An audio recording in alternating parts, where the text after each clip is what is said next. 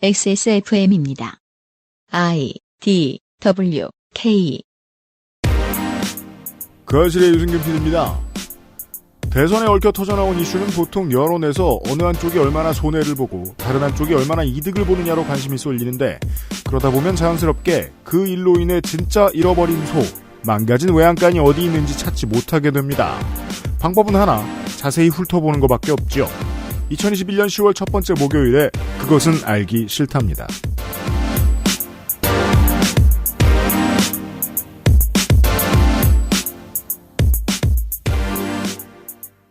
지구상의 청취자 여러분, 한 주 잘 보내셨습니까? 백신들은 다 맞고 계십니까? 지상 어디에 계시든 말입니다.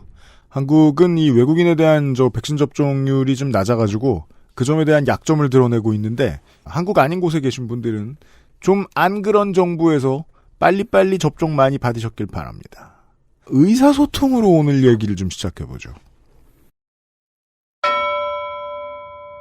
백모 씨께서 말이에요. 공무원이신데요. 저는 지자체 세무과에 근무하고 있습니다. 이번에 그 알실에 무척 공감하여 후기를 보냅니다. 네, 지난주 조성주 소장하고의 이야기 이후에 후기를 보내주신 분들이 상당히 많았는데 그분들 중 한 분입니다. 일하다 보면 사람들은 정말 전제군주정이나 빅브라더를 원하는 것 같아요. 많은 분들이 아무리 설명해도 지방자치를 이해할 생각이 없습니다. 대한민국은 지방자치제라 예를 들면 강동구의 세무 업무를 강서구에서 해결할 수 없는데도 내가 여기 와 있는데 왜 안 되냐 소리칩니다. 대한민국 행정이 이럴 리가 없다면서요. 클릭 하나만 하면 되는 거 아니냐고 합니다. 어떤 분들은 자신의 잔고가 부족해서 지방세가 자동이체되지 않아 후에 체납고지서를 받고 화를 내며 전화합니다. 너네가 통장에서 빠져나갔는지 아닌지 보고서 안 나갔으면 말이래 말해줘야 하지. 왜 안 알려주느냐는 겁니다. 선생님, 저희는 개개인의 통장에서 돈이 빠져나가는지 여부를 알 수 없어요. 그건 개인정보잖아요. 라고 해도 요지부동입니다. 통장에 돈 오고 가는 거 다 보고 알아서 하라는 식입니다. 모든 게 이런 식이에요. 주민등록번호를 줬고, 괄호 열고, 권력을 줬고, 괄호 닫고, 알아서 다 해내라. 나는 누워있겠다. 많은 사람들이 정부가 모든 걸 알고 있고 감시해라. 나는 시키는 대로 했으니 아무 책임을 지지 않겠다는 생각을 하는 것 같아요. 이런 걸 지향해야 한다. 스스로 만들어가고 책임지는 방향으로 가야 한다라고 방송에서 말씀하셨고 저도 몹시 공감하지만 매일 사람을 겪는 저는 그런 변화가 몹시도 요원해 보입니다. 변화는 느리게 오고 뒤돌아보면 어느샌가 변해 있다고 하죠. 대중교통 금연처럼요. 이런 태도도 그렇게 바뀔까요? 바뀔 수 있을까요? 그러라고 이런 정보를 많이 쏟아놓는 방송을 준비를 하는 겁니다. 오늘도 마찬가지입니다. 공무원 백땡땡 씨한테 커피비노에서 커피비노 더치커피 혹은 29데이즈에서 샤무드 파우치를 선물로 보내드릴 겁니다. 메일 보내드리면 확인하시고요. 그것은 알기 싫다는 이달의 PC로 만나는 컴스테이션, 고전의 재발견, 평산네이처 진경옥, 대한민국 1호 반값 생리대 29데이즈, 의료연대본부 간호사 1인당 환자 수 축소 청원 캠페인에서 도와주고 있습니다. 게임의 나이가 어디 있습니까? 사양이 문제일 따름이지요. 컴스테이션에 문의하십시오. 주식회사 컴스테이션. 간호사 한 명당 환자 수가 20명쯤 돼요. 세심하게 케어하기 힘들죠. 한 번이라도 더 가보고 싶은데 갈 수가 없어요. 간호사 1인당 환자 수가 줄어야 간호의 질이 높아집니다. 간호인력 충원을 위해 국민동의청원에 함께해주세요. 공공운수노조 의료연대본부. 이달에 캠페인이 다급한 게 하나 들어와서 다급하게 처리하는 중입니다. 의료연대본부의 국민동의청원 캠페인입니다. 환자 대 간호사 비율을 법으로 정하고 있는 나라와 지자체들이 있죠. 예를 주셨네요. 미국 캘리포니아주는 간호사 1명이 1명에서 5명의 환자만 돌보도록 간호사 최소 배치 기준을 정하는 법을 1999년에 만들었고, 호주 빅토리아주도 2000년에 환자 대 간호사 비율을 법제화했고, 호주 퀸즐랜드주는 간호사 인력 배치 수준을 확대한 이후에 환자 사망률이 12% 낮아지고 감염 예방률도 12% 정도 높이는 효과를 봤다는 자료를 주셨습니다. 관련한 청원이 우리나라 국회에도 올라가 있습니다. 제목이 간호사 1인당 담당 환자 수 축소에 관한 청원입니다. 간호사 1인당 담당 환자 수 축소에 관한 청원이에요. 지난주부터 올 10월 27일까지 진행이 되고요. 청원 숫자를 맞추면 국회는 이 논의를 할 겁니다. 아직 8만 몇 명 비어 있습니다. 면허를 가진 간호사가 이렇게 많은데 어차피 일할 사람이 없다는 푸념 같은 게 보통 댓글에 많이 보이죠. 국가가 법으로 간호사 선생님들을 보호할 수 있다면 달라지는 날이 올지도 모릅니다. 그래서 청원을 해달라는 광고입니다. 국회에 국민동의 청원 검색하신 뒤에 청원 검색에서 간호사 1인당 담당 환자 수 축소에 관한 청원을 확인하시면 되겠습니다. 더 자세한 내용은 내일 그 알실 시간에 간호사 선생님들을 모셔가지고 얘기를 해보도록 하겠습니다. 김민아 시사아저씨입니다. 어서 오세요. 안녕하십니까. 네. 국회 청원 사이트에 가서 청원 좀 해주세요. 청원? 나쁜 일도 아닌데. 네. 좋습니다. 네. 간호사 1인당 담당 환자 수가 줄어들어야 돼요. 당연하죠. 줄어들어야 되고, 그게 이제 기준이 있어야 돼요. 병원들에서 고무줄 하는 마냥, 일을 막 시키는데, 그 명수, 1인당, 이제 1인 환자당 몇 명의 간호사가 필요하냐, 이런 기준도 있어야 되고, 네. 간호사가 하는 일이 뭐냐, 이거에 대해서 법에는 있습니다. 특히나 감염병 이후에 그게 엄청 무너졌습니다. 네, 법에는 의사가 하는 일, 간호사가 하는 일 정해져 있지만, 지금까지도 의사가 해야 되는 일, 그냥 대충 쉬운 거는 간호사가 하고 그래 왔거든요. 근데 그 법적으로 따지면 다 의료법 위반이에요. 그래서 덤탱이 쓰는 경우가 있는데, 지금 말씀하신 대로 팬데믹 이후에는 완전히 그냥 놨습니다. 그냥 이거 보니까. 내일 다시 얘기하겠습니다만은 특히나 이 코로나19 환자를 치료하는 병동의 경우에는 아무나 들어갈 수 없다 보니까 간호사가 주로 들어가시니까 간호사 선생님한테 간호조무사가 할 일, 급식 담당이 하는 일, 이런 걸 다 시켜버리는 거예요. 택배도 갖다 주고요. 네. 별일 다 일어나는데. 그런 거를 제가 오늘 주제 이거 아니니까 네, 한마디만 하면은 해요. 예를 들면 4차 산업혁명이라든지 뭔가 코로나19와 팬데믹 때문에 우리 사회의 변화에 대해서 그런 돈 되는 얘기 할 때는 네. 결국 돈이 되는 얘기잖아요. 백신 개발이라든지 네. 치료제 개발이라든지 진단키트 수출이라든지 돈 되는 얘기 할 때는 이게 어떤 영속적인 변화가 생긴 것처럼 얘기를 해요. 되돌아갈 수 없는 변화가 생겼기 때문에 우리가 거기에 적응해야 되고 새로운 먹거리를 발굴해야 된다. 이렇게 얘기를 해요. 근데 돈 안 되는 얘기 할 때 오히려 돈을 써야 되는 얘기. 공공의료를 강화해야 되고 그다음에 간호사들의 어떤 노동 조건을 개선시켜줘야 되고 그러자면 입법이나 이런 것들이 필요하고 영구적으로 뭔가 재정이 투입돼야 되고 이런 문제는 오늘만 잘 견디면 다시 일상으로 돌아갈 수 있는 것처럼 또 얘기를 합니다. 네. 그래서 이 세상은 잘못됐습니다. 네. 시사할 씨가 얘기한 그 문장의 주어는 자본이죠. 돈을 써야 하는 상황. 이 세상입니다. 이 세상. 무슨 돈을 써야 하는 상황이에요? 일한 사람한테 돈을 줘야 되는 상황이지. 다 잘못됐어요, 이 세상은. 일한 사람한테 돈도 똑바로 안 주고, 업무 시간과 업무도 제대로 구분 안 하는 상황에 대한, 이걸 개선할 수 있을 만한 상황을 만들어달라는 청원이 있습니다. 국회 국민청원을 가보시고요. 난 분노하고 있습니다, 지금. 에? 아니, 네, 저는 일상적 분노에 시달리고 있습니다.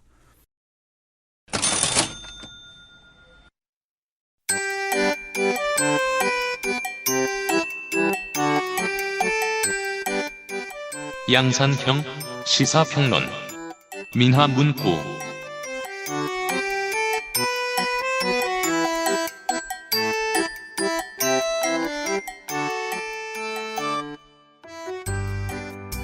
제가 이제 지난주 초였나요? 시사 아저씨한테 이걸 오다를 던질 때만 해도 저는 이 이슈가 진짜 얼마 안 갈 줄 알았습니다. 우리가 방송할 때쯤 되면 다 잊었을 줄 알았습니다. 왜냐면 대선이란 엄청난 이슈들이 터져 나오고 그 이슈 중에는 거짓말도 있는데 진짜가 있다고 해도 이게 평상시엔 이슈 터져나왔을 때처럼 수사가 제대로 이루어지고 처벌이 제대로 이루어지고 그럴 확률이 보통 더 낮기도 하거든요. 당장 지난 재보선 당시에 LH 사태를 통해서 우리 사회가 배운 건 뭐고 처벌은 어떻게 받았으며 조직은 어떻게 정비가 되고 있는지 되고 있는 게 있을지도 모르죠. 알려지지도 않고 언론도 알고 싶어하지 않는 것처럼 보일 때가 많습니다. 이 사건도 마찬가지일 가능성이 저는 여전히 높다고 생각합니다. 누가 나쁜 놈이네 씨름을 해요. 메이저에서 이제 언론인들 보고 있으면 우리는 예전하고 언론 환경이 이제 공식적으로 바뀌지 않았음에도 조금씩 바뀌고 있는 게 상당수의 패널들이나 글 쓰는 분들 보면 어떤 편향을 가지고 있는지 분석하면서 읽으시는 분들이 많습니다.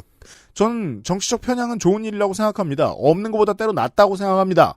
상당수의 경우. 다만 이런 경우에는 그분들이 해석하는 게 큰 도움이 되지 않아요. 왜냐하면 그분들은 저쪽에 표가 안 되려면 누가 다쳐야 할까? 이런 걸 우선 생각하는 분들이 많기 때문입니다. 그래서 더더욱이 자세한 상황을 알아보기 힘듭니다. 시사할 씨가 공부를 좀 많이 해온 것 같습니다. 대본이 늦었거든요. 졸려서 그렇죠. 그것도 그렇고 늘 졸린 사람이니까요. 네. 그래서 대장동 얘기 가지고 이재명 지사의 책임이 있느냐 없느냐, 그리고 유모 씨가 측근이냐 아니냐, 그리고 돈이 어디로 갔느냐 이런 거 열심히 얘기하는데. 네. 곽상도는 무슨 일을 했느냐? 네. 저는 이제 그런 문제는 밝혀지리라 보고요. 밝혀질 건 밝혀질 것이고, 그냥 낭설은 낭설로 남을 것이고, 그럴 거라고 보고. 네. 지금 이 문제에 대해서 얘기를 하면서 말씀하신 대로 누구의 유불리를 이렇게 신경 쓰면서 얘기하고 싶지도 않고, 관심도 없습니다, 사실. 네. 그냥 이게 무슨 일이냐. 그렇죠? 그리고 지금 각자가 하는 말이 완전히 180도 다르잖아요. 네. 이 양당에서 하는 말이. 네, 다릅니다. 마치 두 개의 세계가 있는 것 같잖아요. 대장동이라는 게 두 개의 세계에 따로 있는 것 같잖아요. 그래서 그런 거 말고 이게 실제로 뭐였는지를 저라고 알겠습니까? 네. 수원 사람인데 성남 얘기를 잘 모르죠. 네. 하지만 이런 언론 보도나 그다음에 과거의 어떤 기록이라든가 그런 것들을 이제 종합을 해가지고 정리를 해보겠습니다. 네, 더듬을 수 있을 만큼 하여튼 더듬어 보겠다는 겁니다. 네. 이게 코끼리 발인지 콘지는 모르겠지만 기본적으로 이게 택지가 될 거예요. 어떠한 개발될 지구가 될 거예요. 라고 이야기하면 돈이 모여들고 사람이 모여듭니다. 근데 그 땅이 커지고 그 땅의 가치가 높다라고 판단되면 더 큰 돈이 모이고 더 센 사람이 모입니다. 네. 이게 이 이야기를 설명할 수 있는 기본 중의 기본입니다. 그렇죠. 그리고 제가 잘난 척하면서 지금 얘기했지만 대부분은 이제 언론에 나와 있는 얘기고 여러분도 다 아는 얘기예요. 네. 그리고 뉴스 많이 보시는 분들은 아는 얘기를 정리할지도 몰라요. 네. 그런데 이렇게 한번 종합해서 정리를 해야 또 그게 또 정리가 되는 거지. 다 조각조각 나가지고 이 기사 보면은 이 얘기가 맞는 것 같고 저 기사 보면은 저 얘기가 맞는 것 같은데. 아예 관심이 없는 분들한테는 요즘 길거리에서 이제 국민의힘과 더불어민주당이 중앙당에서 나눠준 포스터들이 네. 온 나라에 사람 많이 돌아다니는 사거리에 붙어 있습니다. 네. 양쪽이 하는 얘기가 똑같죠. 네. 화천대유 국민은 알고 있습니다. 네. 그 국민들 입장에서 네. 알아야 되겠습니다. 네. 안 되는데 쟤네가 우리더러. 네. 아니 은평구에 갔더니 그 플랜카드 디자인 똑같더라고요. 은평구민입니다. 네, 똑같은 디자인으로 화천대유 색깔만 다르죠. 네, 화천대유 누구 겁니까? 한쪽 그렇게 써 있고. 네. 다른 한쪽은 화천대유 주인은 누구입니까? 이렇게 써 있고. 그죠. 다른 한쪽은 화천대유 진짜 주인은 누구입니까? 이렇게 써 있고. 그 국민들한테 퀴즈를 내고 있어요. 여당과 야당이. 네. 아무튼 간에 어떤 기사를 보면 이게 맞는 것 같고 이 기사를 보면 또 이게 맞는 것 같은데 그 기사를 보면서 그러면 나는 둘 중에 어느 걸 믿어야 되냐. 둘 중에 어느 쪽에 내가 속고 있는 거냐. 헤매지 마시고 네. 다 맞는 얘기라고 생각하시면 됩니다. 모든 기사는 다 맞는 얘기다. 다만 그 기사 내용에는 그러한 편향이 이제 팩트의 편향이라기보다는 물론 팩트의 편향이 있는 경우도 있겠지만 네, 그럼요. 팩트의 편향이라기보다는 해석과 그다음에 이제 그 의견의 편향이에요. 똑같은 팩트를 보고서도 가령 이제 이재명 지사가 예를 들면 이렇게 얘기했다고 쳐보자고요. 그 공무원들에게 이 건은 향후에 검찰 수사를 받을 수 있는 건이니까 절대로 조심하고 반드시 그러한 사실을 명심해서 일을 하세요. 이렇게 얘기했다고 쳐보자고요. 이쪽에서는 뭐라고 그러냐면 잘못했으니 그러지. 거 봐라. 검찰 수사가 나중에 받을 거 다 알고 그때부터 그렇게 얘기한 거 아니냐 이렇게 얘기하고 이쪽에서는 저쪽에서는 뭐라고 얘기하면 그만큼 부정부패를 하지 못하도록 공무원들 단속한 거다. 왜냐하면 위험한 일이니까. 네. 언제든지 불법의 길로 빠질 수 있는 일이니까. 네, 이렇게 이제 이게 그러면 완전히 다른 해석인 거잖아요. 해석하는 권력의 작동이죠. 네. 하지만 팩트는 지금 얘기했듯이 하나 아닙니까 결국. 네. 네, 그래서 그런 부분을 정리를 해보려고 하는데. 보죠. 일단 대장동이 뭔지를 알아야 돼요. 네. 대장동 하지만 사실 대장동이 어디 붙어 있는지 뭐 압니까? 네. 저도 모릅니다. 대장동이 뭐야? 네. 수원 사람은 성남에 대해 이게 참 경기도 밖에 있는 사람이 들으면 한심하겠지만. 네. 수원은 권선동 이렇게 있고, 네. 수원 떠난 지 오래돼갖고 내가 살던 권선동 말고는 권선동과 국회의원 권성동을 헷갈리지 말자 말고는 기억이 잘 안 나는데. 파장동도 있고 구운동도 있고 아무튼 그 대장동이라는 데는 네. 사실 제가 볼 때는 구석진 데 있어요. 그 성남이라고 보기는 좀 애매하고 특히나 오늘은 없지만 윤세민 에디터 같은 성남 토박이들한테는 네. 분당이나 판교는 성남이 아니에요 원래. 네. 마인드상. 네. 우리가 아는 그 꼬불꼬불하고 산이 엄청 많고 네. 슬럼이 꽤 있고 이제는 없어져갈 개고기 시장 거기 있는 데가 네. 성남이고 그렇게만 놓고 보면 엄청 멀어요. 다만 그래서 실제로는 분당과 판교에 가깝죠. 네, 그리고 또 대장동이 좀 그나마 원래 친숙할 사람들은 네. 이 산골에 원래 살았던 소수의 원주민이 아닌 이상 부자예요. 시내에서 아주 가까운 컨트리 클럽이 있는 곳입니다. 아, 컨트리 클럽? 보통은 골프장으로 잘 알려져 있습니다. 네, 컨트리. 그리고 여기가 용인이랑 가까워요, 제가 알기로. 네. 용인에 이제 고길이라고 있었습니다. 네. 고길이. 지금은 고기동이 돼 있어요. 네. 네, 그래가지고 고길이 근처도 그렇고 여기도 그렇고 어차피 개발이 언젠가 될 거는 될 건데 개발 예정지라는 것은 즉 지금은 개발이 안 돼 있는 상태라는 거죠. 그렇습니다. 산과 골짜기와 뭐 이런 게 있는. 그래서 네. 관광지들이 주로 좀 몰려 있고요. 네. 네. 그 이제 어떤 관광지인지는 잘 모르고. 네. 뭐 그 저수지가 하나 있고요. 보통 그런 구성이면은 이제 그 계곡이나 뭐 이런 거 있고 뭐 이런데. 네, 캠프장도 좀 있고요. 네. 네. 계곡이는 아닌가 보다. 너무 옛날 생각을. 계곡이 있죠. 계곡이는 아니고, 파는지 모르겠어요. 네, 계곡이들이 있어요. 그런 데 가면은. 네. 그건 제가 모르겠고. 계곡이들이 있다니. 네.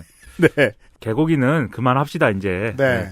그런 곳인데 이게 또 교통 환경을 조금 정비를 하면 서울과의 접근성도 대단히 좋아진다.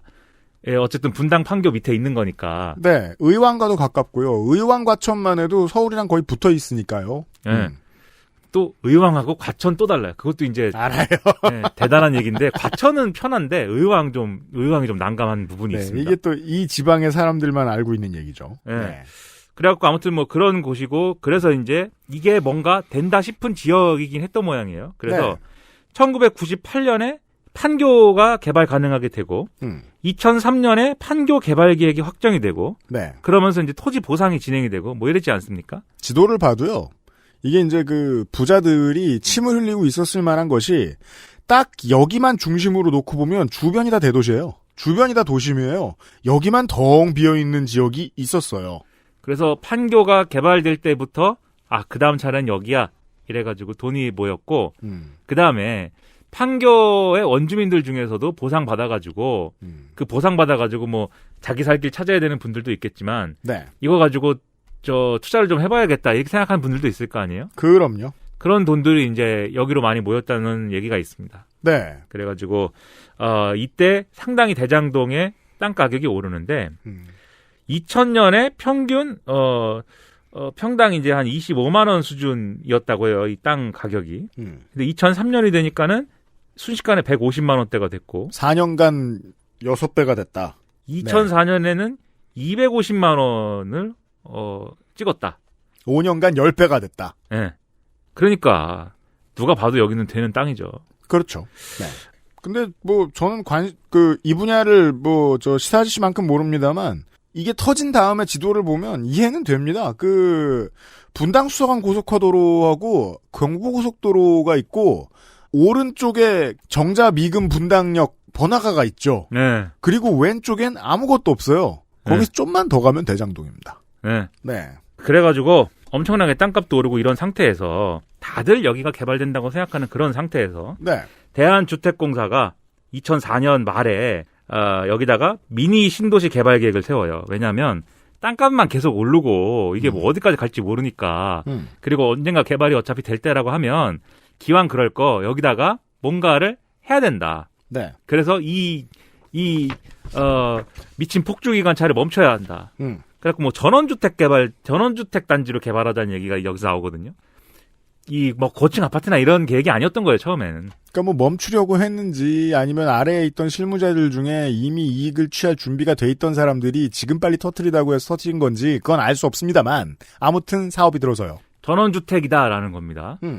그리고 이때가 한나라당 이대엽 시장 시절이에요. 네. 그래가지고 이때 이제 잡은 게 한 129만 제곱미터 규모다라고 해가지고 그러니까 최대한 이 대장동이라는 환경을 그렇게 많이 이제 없애는 그런 구상은 아니었던 거죠. 129만 평방미터는 대단히 넓다고 보기는 어렵습니다. 전원주택이다 이겁니다. 그리고 이런 계획이 이제 나라에서 나왔으니까 성남시가 2020년까지 그러면 이 도시 기본 계획이라는 게 있거든요. 이 도시를 어떻게 개발을 하고 어떻게 개발을 하기 위해서 개발이 뭐 오늘 이렇게 누른다고 심시티도 아니고 네. 오늘 누른다고 개발이 짠하고 되지 않잖아요. 그렇죠. 기본적으로 막 한 10년, 20년 내다보고 짜는 그런 계획들이 있을 텐데 그 2020년 도시 기본 계획에 이게 이제 들어가요. 이 개발 계획이. 그래가지고 실제로 성남시도 이걸 추진하겠구나라고 이제 생각을 하게 되는데 네. 문제는 뭐냐면 이런 일이 일어나면 반드시 공무원들이 이제 가만히 있지 않습니다. 네. 이미 이 개발이 이제 드디어 된다. 이미 개발이 될 걸 알고 있던 상황에서. 그 일반 명사였으니까 공무원들한테 좀 미안한데 네. 못된 공무원들이 있습니다. 모두가 오매불망 이것이 언제 개발 계획이 나는가만 주시하고 있는 상황에서 발표가 되니까 바로 이게 개발 계획과 도면이 같이 유출이 다 됐어요. 그래가지고 2005년 9월 달에 이 도면과 함께 유출이 된 계획에 근거를 해가지고 수용 보상 관련 부동산을 즉 이 개발이 되는 땅을 네. 공무원 등이 미리 사들인 정황이 드러납니다. 그렇죠. 그러면 잡혀갑니다, 이건. 수사됩니다. 네, 그래갖고 줄줄이 잡혀가요. 인정되면 형 받습니다. 네. 이게 지난번에 LH 사태 때도 어디에 개발될지를 미리 알 수밖에 없는 LH 사람들이 그 개발 예정지에다 땅 투기하고 뭐 이런 사건들이 이제 논란이 많이 크게 되는 거잖아요. 그러면 지금 3기 신도시에 대해서 그런 사건들이 벌어졌는데 네. 우리가 3기 신도시 개발이라는 거에 대해서 그런 갖는 생각이 이것도 다 해먹는구만 이렇게 바뀌잖아요. 네. 이때 대장동 개발도 이거 뭐 다 해먹는구만 이렇게 되니까 네. 개발할 수가 없지 않습니까? 그 상태로. 그래갖고 개발 계획이 엎어졌습니다. 엎어집니다. 예. 네. 그래갖고 이걸 개발이 중단이 됐는데 그러나 이미 폭주기관차에 시동을 걸은 분들이 있죠. 네. 개발이 될 것이기 때문에 준비를 막 하고 있는 그런 분들이 있는데 특히 또 이 땅 주인들 같은 경우에는 네. 그런 생각들이 있어요. 최대한 어쨌든 이게 돈이 되는 방향으로 개발이 됐으면 좋겠는데 공공개발과 민간개발 중에 어떤 거를 선호할 것이냐에 갈림길이 있습니다. 네. 왜냐하면 공공개발을 하게 되면 토지가 수용 방식으로 이제 넘어가거든요. 즉 공공개발이라는 것은 땅 주인한테 공시지가 플러스 뭐 시가 얼마 반영해가지고 보상금을 주고 네. 그 땅을 공공의 소유로 한 다음에 거기다가 뭐 집을 짓든지 하고 그거를 이제 다시 분양을 하거나 또는 뭐 일부 임대주택을 끼워 넣거나 그렇죠. 이렇게 해가지고 처리하는 그게 이제 공공개발이 들어가는 방식인데 예. 민간개발을 한다고 했을 때는 이런 수용 방식도 있겠지만 대부분 이렇게 하지 않고 환지 방식으로 하는 경우가 있기 때문에 환지 방식. 이 환지 방식으로 해달라는 땅 주인들의 요구가 많았대요. 환지 방식은 뭐냐면 그 땅의 소유권은 그대로 유지가 되는 상황에서 그것에 대한 개발을 마치고 나면은 이제 구획이 정리가 되고 뭐 대지들이 그렇게 됐을 거 아니에요? 그렇죠. 그 대지 그대로 소유권을 이전을 해주는 겁니다. 그러니까 내 땅의 가격이 그냥 오르는 거예요, 개발이 되면. 그럼요. 그런 방식으로 하면. 그걸 기대했던 거죠. 수익이 크게 남죠. 네. 네. 근데 만약에 이게 한 평을 샀으면 그냥 조용히 기다리고 있었을지도 모르죠. 다른 데에 또 심어놓은 게 있을 수도 있고. 근데 여기에 프로젝트가 들어가서 큰 돈을 아주 많은 땅에 누군가가 심어놨다.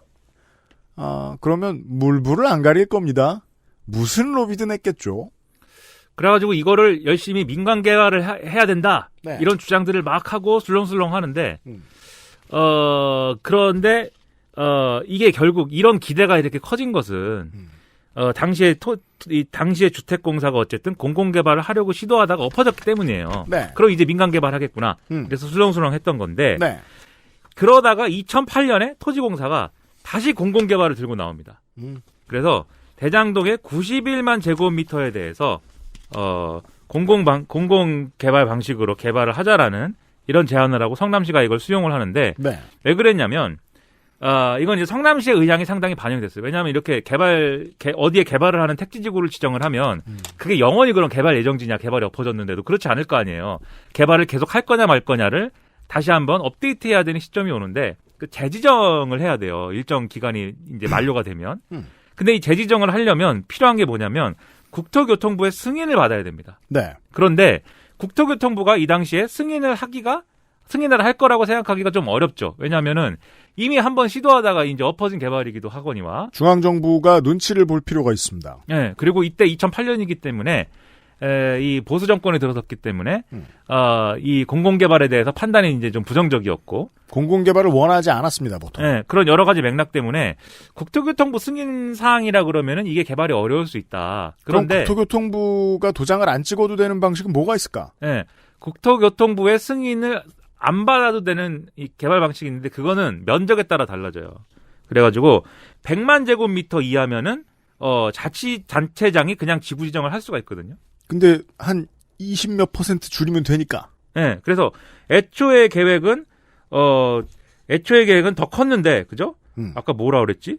어디 갔어, 이거? 129만 제곱미터. 네, 129만 제곱미터였는데, 이거를 91만 제곱미터로 줄여가지고, 성남시가 이 지구 지정을 해가지고, 네. 개발을 계속하자. 이렇게 된 거예요. 성남시의 의지 혹은 성남시의 정치인들을 떠받들고 있는 어떠한 서포터들의 의지가 작용했던 겁니다. 그러니까는 그 동네에 이제 땅 주인들은 첫째, 개발이 안 되는 것보다는 또 어떤 방식으로든 되는 게 좋은 겁니다. 무조건. 그렇죠. 둘째, 개발이 될 거면 공공개발보다는 민간개발이 난 좋은 거죠. 네. 근데 어쨌든 이 방식으로 하면은 공공개발이 이제 되는 거예요. 근데 이게 공공개발을 하자! 그러면 이게 또 항상 계속 말씀드리면 심시티가 아닙니다, 이게. 그냥 이렇게 마우스 드래그 찍 해가지고. 타노스가 하는 일이 아니에요. 네. 그리고 보통 타노스는 없애지, 만들진 않아요. 땅을 파란색으로 물들인다고 해서 거기에 자동으로 막 주택이 생기고 이런 게 아니에요. 그래서. 파란색이 주택이었나? 주황색이 공장. 파란색은 상업지구인가 보다. 초록색이 주택. 네. 그래가지고 당시에 예상하기로는 이게 결국 아까 말씀드렸듯이 수용 방식으로 이제 해야 되기 때문에 그러면 이 당시 LH가 이 대장동 개발을 위해서 이 91만 제곱미터 개발을 위해서 토지를 사야 되는 매입 비용이 1조 2천억 정도 나오지 않을까. 네. 이렇게 계산이 됐어요. 그러니까 1조 2천억 어치 땅을 사야 된다 그러면은 국가 단위의 어떤 사업이어야 되는 거죠, 사실. 여기에서 이상한 맹점이 드러나죠. 아니, 중앙정부가 허락도 안 해줬는데 지방정부가 하고 나면 중앙정부가 돈을 내야 돼요. 공사가 대신 나서서. LH가 해야 되죠. 예, 뭐 그런 건 뭐 한참 뒤에 문제가 될지는 모르겠습니다만. 여튼 돈이 많이 들어갑니다. 1조 2천억 원을 갑자기 땡겨온다. 이자를 내게 될 거예요. 매일같이. 그리고 LH가 이미 이 당시 부채가 100조 원이었습니다. 공공기관이니까, 네. 공사니까. 그리고 공사라는 데가 당연히 그 이익이 안 나는 사업이나 이런 것들도 떠맡아서 해야 되기 때문에 공사인 거지. 다 이익이 되는 것만 하면 그 뭐 공사할 필요 뭐 있습니까? 특히나 빨리 해야 되는 날 이렇게 길게 써오다니. 아, 그런 거요? 네. 아무튼 그래서 이 100조 원 넘는 부채에 대한 하루 이자 상환액만 100억 원 규모였기 때문에 그거 LH가 공공개발을 할 수 있을까? 이런 의문을 다들 갖게 된 거예요. 네. 못할 것 같은데? 네. 그리고 더욱 여기 이러한 이제 의문에 불을 붙인 사건이 이명박 대통령의 한마디입니다. 그렇죠. 2009년 10월 달에 이 토지공사하고 주택공사가 통합을 한 결과물인 LH가 이제 출범을 해요. 2009년 10월 달에. 예. 이 자리에서 이명박 대통령께서 이런 말씀하십니다. 공공이 민간회사와 경쟁할 필요가 없다. LH가 공공인데. 기가 막힌 신호죠. 개발업자들에겐. 네. 이런 거 뭐 공공개발 한다고 뭐 골치 아프게 하지 말고 그냥 다 민간이 하면 된다. 이런 취지잖아요, 여기가.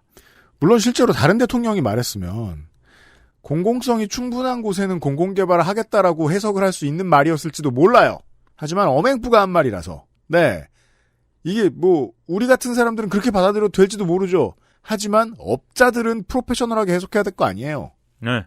그래서 개발업자들이 이 시점에 딱 깨달음을 확실한 이제 어떤 믿음을 가진 거죠. 아, 이거는 개발 안 된다. 네. 네, 이거는 공공으로는 개발이 안 되고 그러면 결국 민간으로 넘어갈 수밖에 없다. 그리고 우리도 민간 개발이 이루어지게 하기 위해서 많은 노력을 해야 된다. 네, 이런 결론에 이르게 되고 그래서 이때부터 선수들이 움직이기 시작합니다. 네, 그래서 유전이 터진 거예요. 2009년 말에 대장동에서 이루어진 토지 거래 이런 기록을 보면은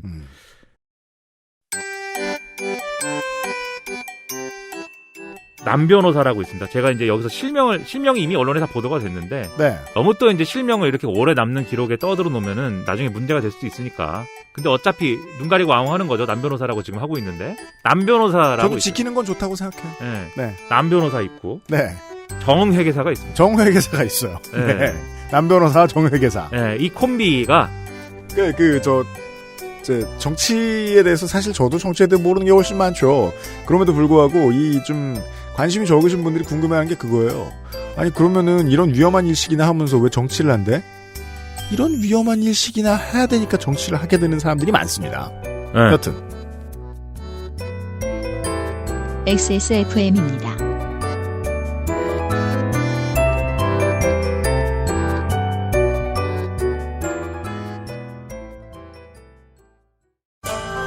녹용 중 으뜸이라하여 시베리아 알타이 지방에서 자란 사슴뿔, 인삼, 불로장생을 위한 원료 중 가장 높은 평가를 받은 것이 고려 인삼이었습니다. 버사, 그 질긴 생명력을 벗삼아 면역을 생지황, 냉기를 가진 뿌리 식물로 인삼 녹용의 온기와 만나 음양의 절꿀, 제주산 봉개꿀, 깊은 풍미와 진한 농도, 이 모든 것을 담아 진경옥.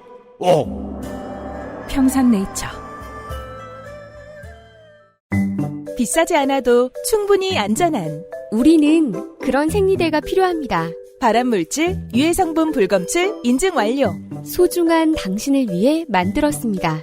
놀라운 가격 2,500원으로 만나는 100만 팩, 5만 건의 후기가 인증한 가장 안전한 생리대. 대한민국 1호 반값 생리대 29데이즈. 엑세스몰에서 만나보세요.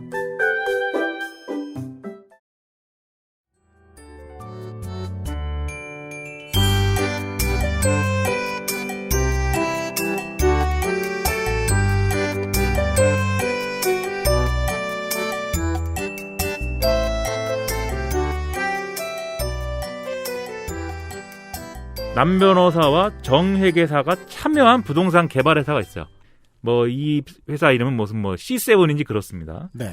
아무튼 이 회사가 이 토지 소유자들을 막 설득을 해가지고 이거 이제 개발되기 때문에 저희한테 일단 땅을 이 가격에 파시라. 이게 공공개발 되면은 이 정도 돈을 못 받으신다. 그렇죠. 근데 어차피 민간 개발 될 것 같고 그러면 어쨌든 간에 개별적으로 협상하는 게 아니라 우리한테 다 주고 이제 하시면 되니까 일단 이 가격에 우리한테 땅을 파시고 이렇게 하면서 전복도 주고 네.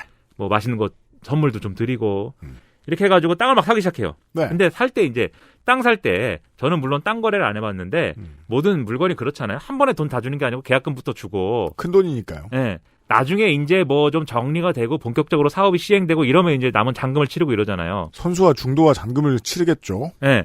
그래가지고 계약금만 걸어놓은 땅을 쭉 이제 거래를 하는데 그게 이제 91만 제곱미터 중에 29만 제곱미터, 즉 원래 개발 예정지의 30% 이상의 토지 매각 계약을 성사를 시킨 거예요.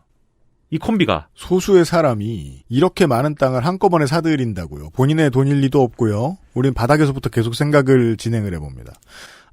개발지구에 대한 개발 계획이 나오면 그게 민간에서 나오는 거든 공공에서 나오는 거든 일단 이 역할 하는 선수들은 무조건 투입됩니다. 우르르 땅을 사들이는 여러 사람들을 설득하면서. 그리고 뭐 누가 마지막까지 뭐 땅을 안 판다. 그럼 뭐 혼내주기도 하고 뭐 그런 옛날에는 거겠죠, 뭐 아마. 못된 짓 하고. 네. 네. 근데 아무튼 거의 이미 30% 이상의 토지 매각 계약이 이 남 변호사와 정 회계사가 참여한 부동산 개발 회사를 통하여 이미 이제 계약이 걸려있던 상황이었던 거예요. 네.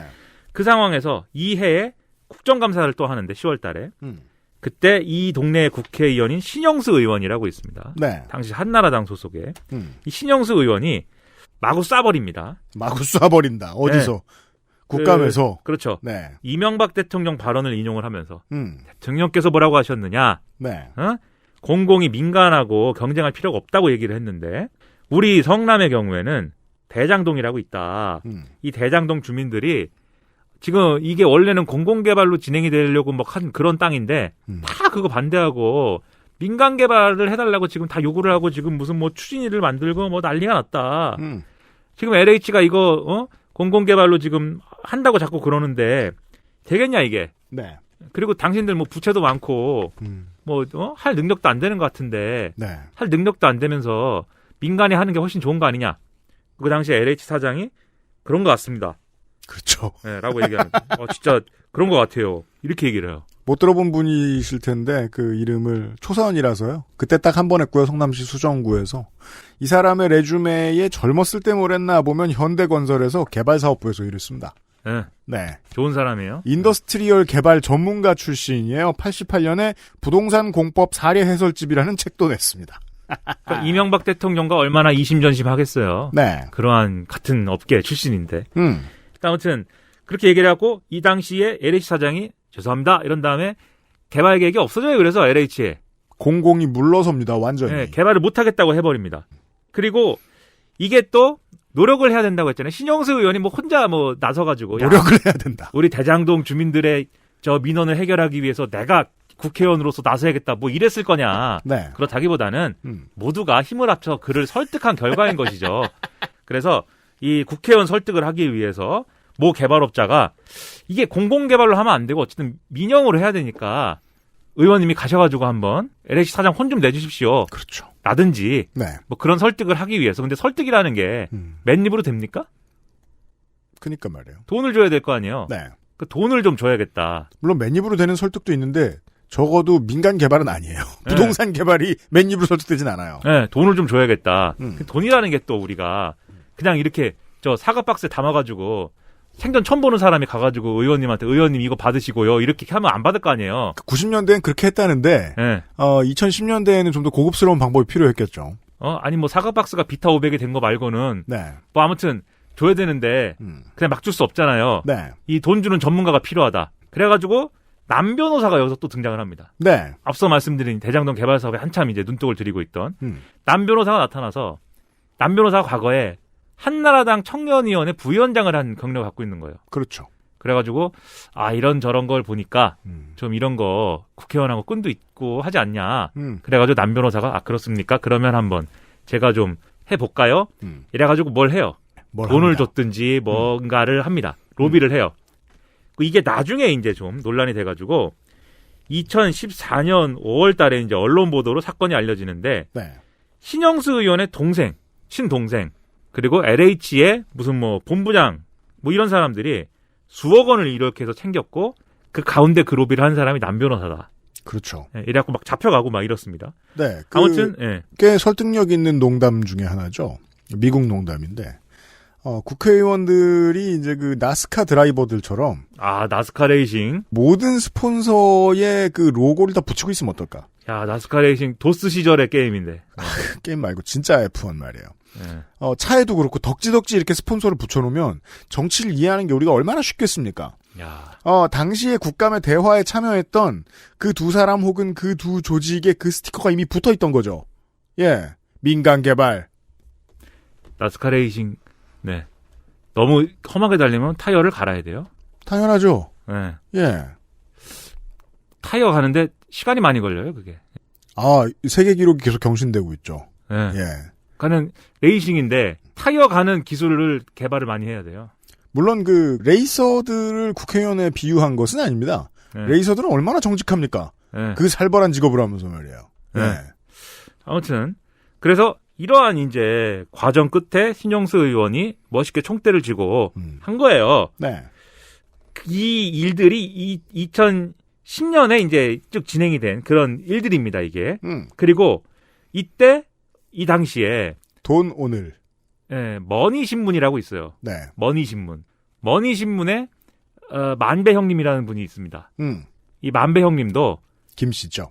예, 현직 기자인데 나도 좀 부동산으로 돈을 벌어보고 싶다 이렇게 생각을 했는지 이 동네 수십억 원을 들고 와서 이 남 변호사가 관여한 부동산 개발회사 말고 또 다른 법인에다가 돈을 투자를 해가지고 그렇죠. 또 이 개발에 참여를 합니다. 그러니까 이 91만 제곱미터 말고 91만 제곱미터 중에 31만 제곱미터 말고 다른 이제 땅들도 이렇게 저렇게 업자들이 그렇게 껴있는 형태였고 남 변호사나 정회계사 같은 다른 손수들이 있었겠죠. 그렇죠. 네. 그 중에 그들에게 돈을 맡긴 사람 중 하나가 만배 형님인 거예요. 있던 거예요. 네, 그러면은 사업상 이게 경쟁자죠. 남 변호사랑 만배 형님은. 이게 동네 친구한테 5만 원 주면서 경마에 누구 말에 걸어줘. 이러면 취미죠. 하지만 이 땅을 나 대신 사줘 라고 얘기하면서 몇 억을 몇십억을 맡기면 그건 좀 이상한 일이죠. 취미가 아니라. 네, 거기서 그런 이제 걸 했다는 거예요. 제가 이제 이 방송을 해야겠다라고 꽂혔던 것도 이 만배 형님인데 기자들이 정보를 옆에서 얻어먹고 이렇게 한 기자들이 꽤 많을 것이다라고 예측할 수 있어요. 네. 꼭 이 지구가 아니더라도. 그리고 난 대단하다고 생각하는 게 현직 기자였던 거잖아요. 그러니까 네. 기자 출신인데 기자를 하다가 그만두고 나는 부동산 업자가 돼야겠어. 이게 아니고 그렇죠. 기자가 본업이고 업자가 부업이다. 또 훨씬 편하죠. 기자 명찰 달고 나가는 게 기자 명찰 달고 사람들 만나는 게 아무래도 정보를 얻기 더 쉬웠다고 생각할 수 있겠죠. 이 사람이 그럴 욕망으로 가득했다면 처음부터.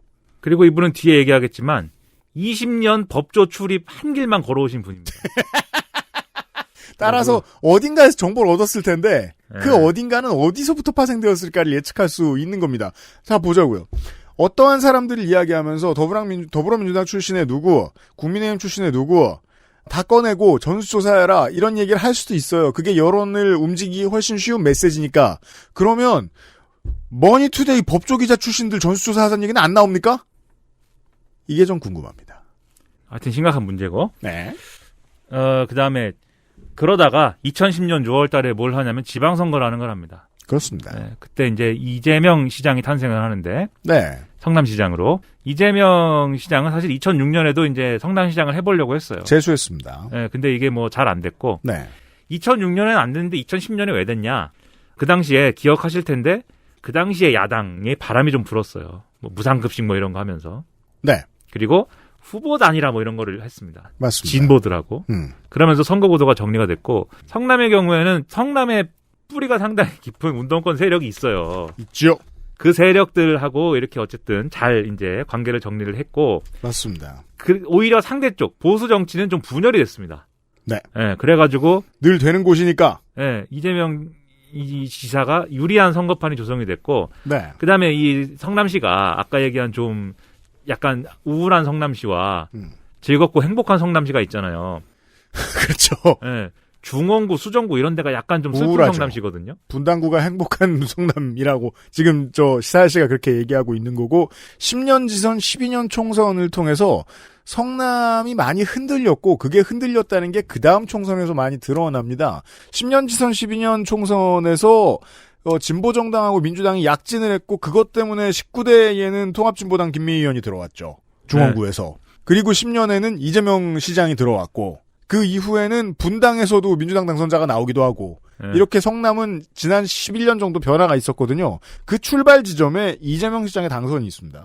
근데 이제 중원구, 수정구는 조금 슬픈 동네이기 때문에 제가 비유적으로 얘기하는 거예요. 중원구, 수정구 주민들도 행복하죠, 당연히. 네. 하지만 네, 제가 얘기하는 건 그렇기 때문에 약간 그 당시 야당 정서가 있는 동네였어요. 없는 사람들은 없는 놈들 찍자.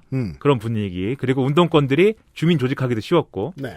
문제는 이제 분당에 해피한 분들인데 분당에 해피한 분들은 돈도 좀 있고 중산층이고 좋은 집 살고 투자할 곳을 찾는. 네, 이럴 거 아닙니까? 그런데 중원구, 수정구의 이 야당표만 가지고는 승부가 안 나요. 그래서 분당구에서 뭔가 해법이 있어야 되는데 그건 결국은 집 문제예요, 결국은. 그 당시에 유행이 이제 리모델링이었나 봐요. 집이 낡고 이래가지고 네.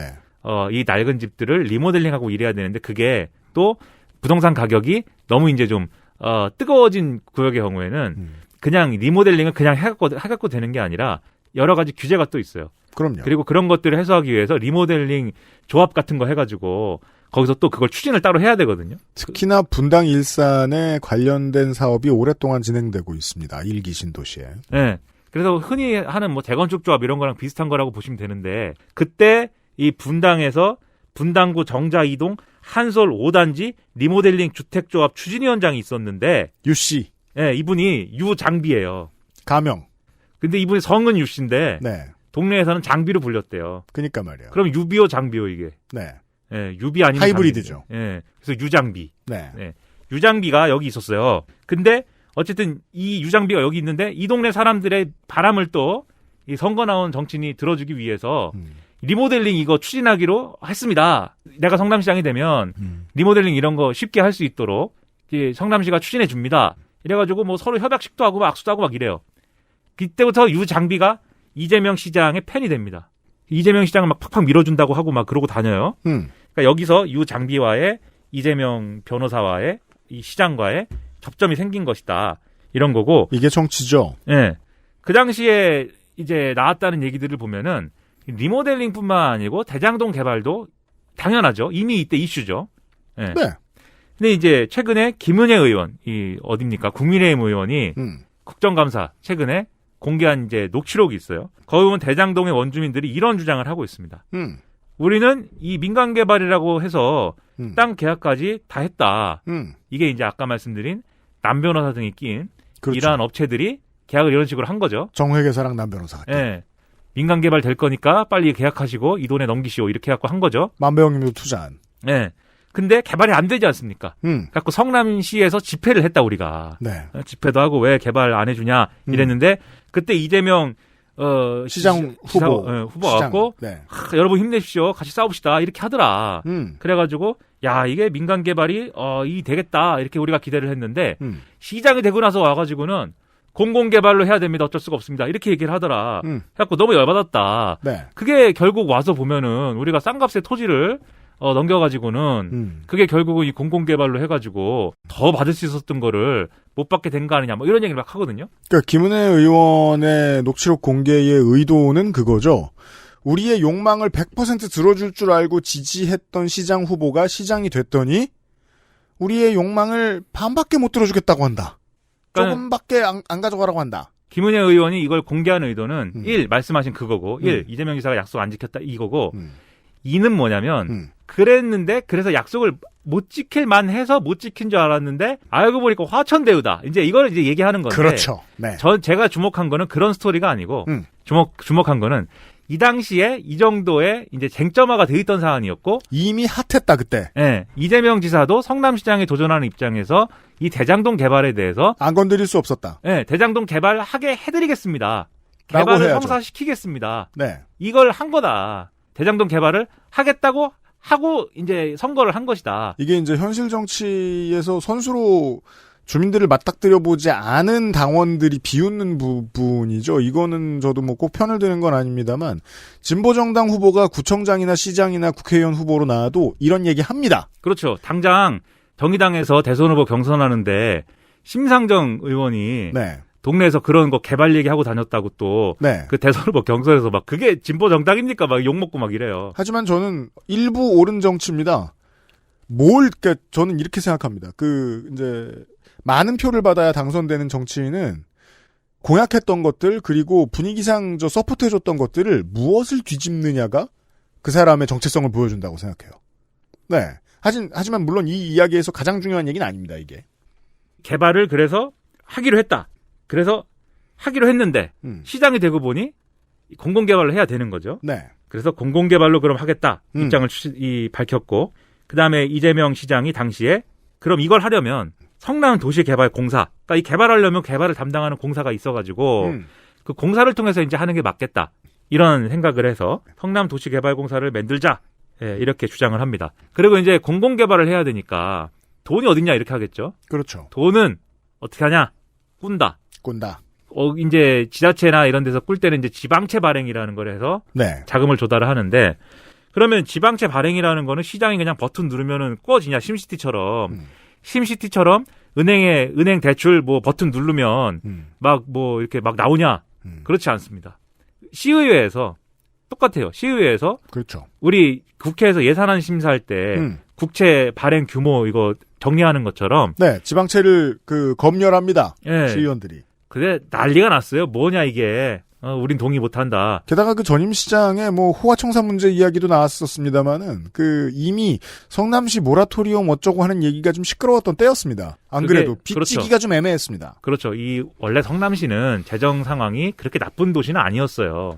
근데 이 전임 시장이 이런 식으로 펑크를 많이 낸 데다가 호화청사를 짓고 이래갖고 민심이 안 좋아졌고. 그렇죠. 그게 예를 들면 예산 전용하고 이러면서 생긴 불필요한 채무가 너무 크다. 그리고 이 성남시는 그거를 갚지 않아도 된다라고 하는 이재명 지사의 모라토리엄 선언이 또 있었습니다. 그런 상황들이 이어졌던 데다가 이 시의회는 당시에 한나라당이 다수였어요. 네. 과반 이상이었단 말이에요. 그러니까 지방채 발행한다고 하면 당연히 안 해주죠. 성남시 당신 주장이 성남시가 지금 망하게 생겼다고 해놓고서는 뭔 지방채 발행이냐. 그리고 이 공공개발을 이 대장동 개발을 하면 이익이 많이 나느냐. 아니다. 망할 것이다. 그때 이 시의회 속기록 보면은 한나라당 시의원들이 망할 거라고 하고 있습니다. 게다가 상당수의 한나라당의 시의원들은 재선 3선이 된 시의원들이었을 거란 말이에요. 즉 지난번에 개발 요렇게 하자라고 했을 때 뭔가 참여했던 인물들이었을 겁니다.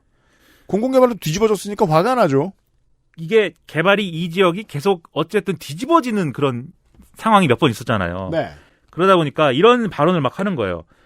성남시보다 훨씬 경험 많은 아파트 사업을 전문으로 하는 민간 기업도 수익 내기가 어려운 요즘 아파트 분양 시장에서 이 사업을 통해 수익을 내고 그 수익으로 빚 갚겠다는 집행부 얘기를 누가 믿겠느냐.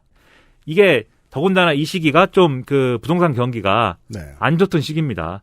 그래서 정부에서 오히려 빚내서 집 사라고 하던 그런 시대였어요. 네. 지금은 빚내서 집 사면 큰일 나죠, 이제.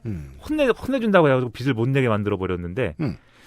그래가지고 결국 시가 4,500억 원 규모의 지방채 발행을 하려고 했지만 이게 무산이 됐고. 네. 지방채 발행도 안 되고 그다음에 성남도시개발공사에서 채권을 발행해가지고 또 조달하려는 부분도 있었는데 이거는 중앙정부가 통제합니다. 지방에 있는 이러한 이제 부동산 개발하는 공사의 경우에는 일정 비율 이상의 이 공사에서 발행하는 채권을 제한하게 돼 있어요. 그래가지고 이것도 충분히 이걸로도 자금 조달이 안 되고 그러면은 자금 조달이 안 되는데 그럼 개발을 못 하는 거 아닙니까? 그래가지고 공공개발이 물 건너갔습니다.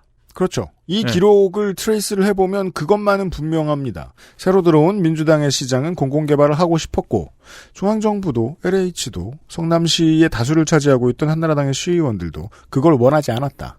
그러니까 제가 처음에 뭐라고 말씀드렸냐면 이 대장동 원주민들의 입장에서 개발이 안 되는 것보단 되는 게 낫다. 네. 그리고 개발이 될 거면 공공보단 민간이 낫다. 근데 이재명 시장 입장에서는 민간은 안 될 것 같으니 그러나 개발은 되게 만들어야겠으니 약속했으니까. 그렇죠. 공공 개발을 하려고 했는데 할 방법이 없다.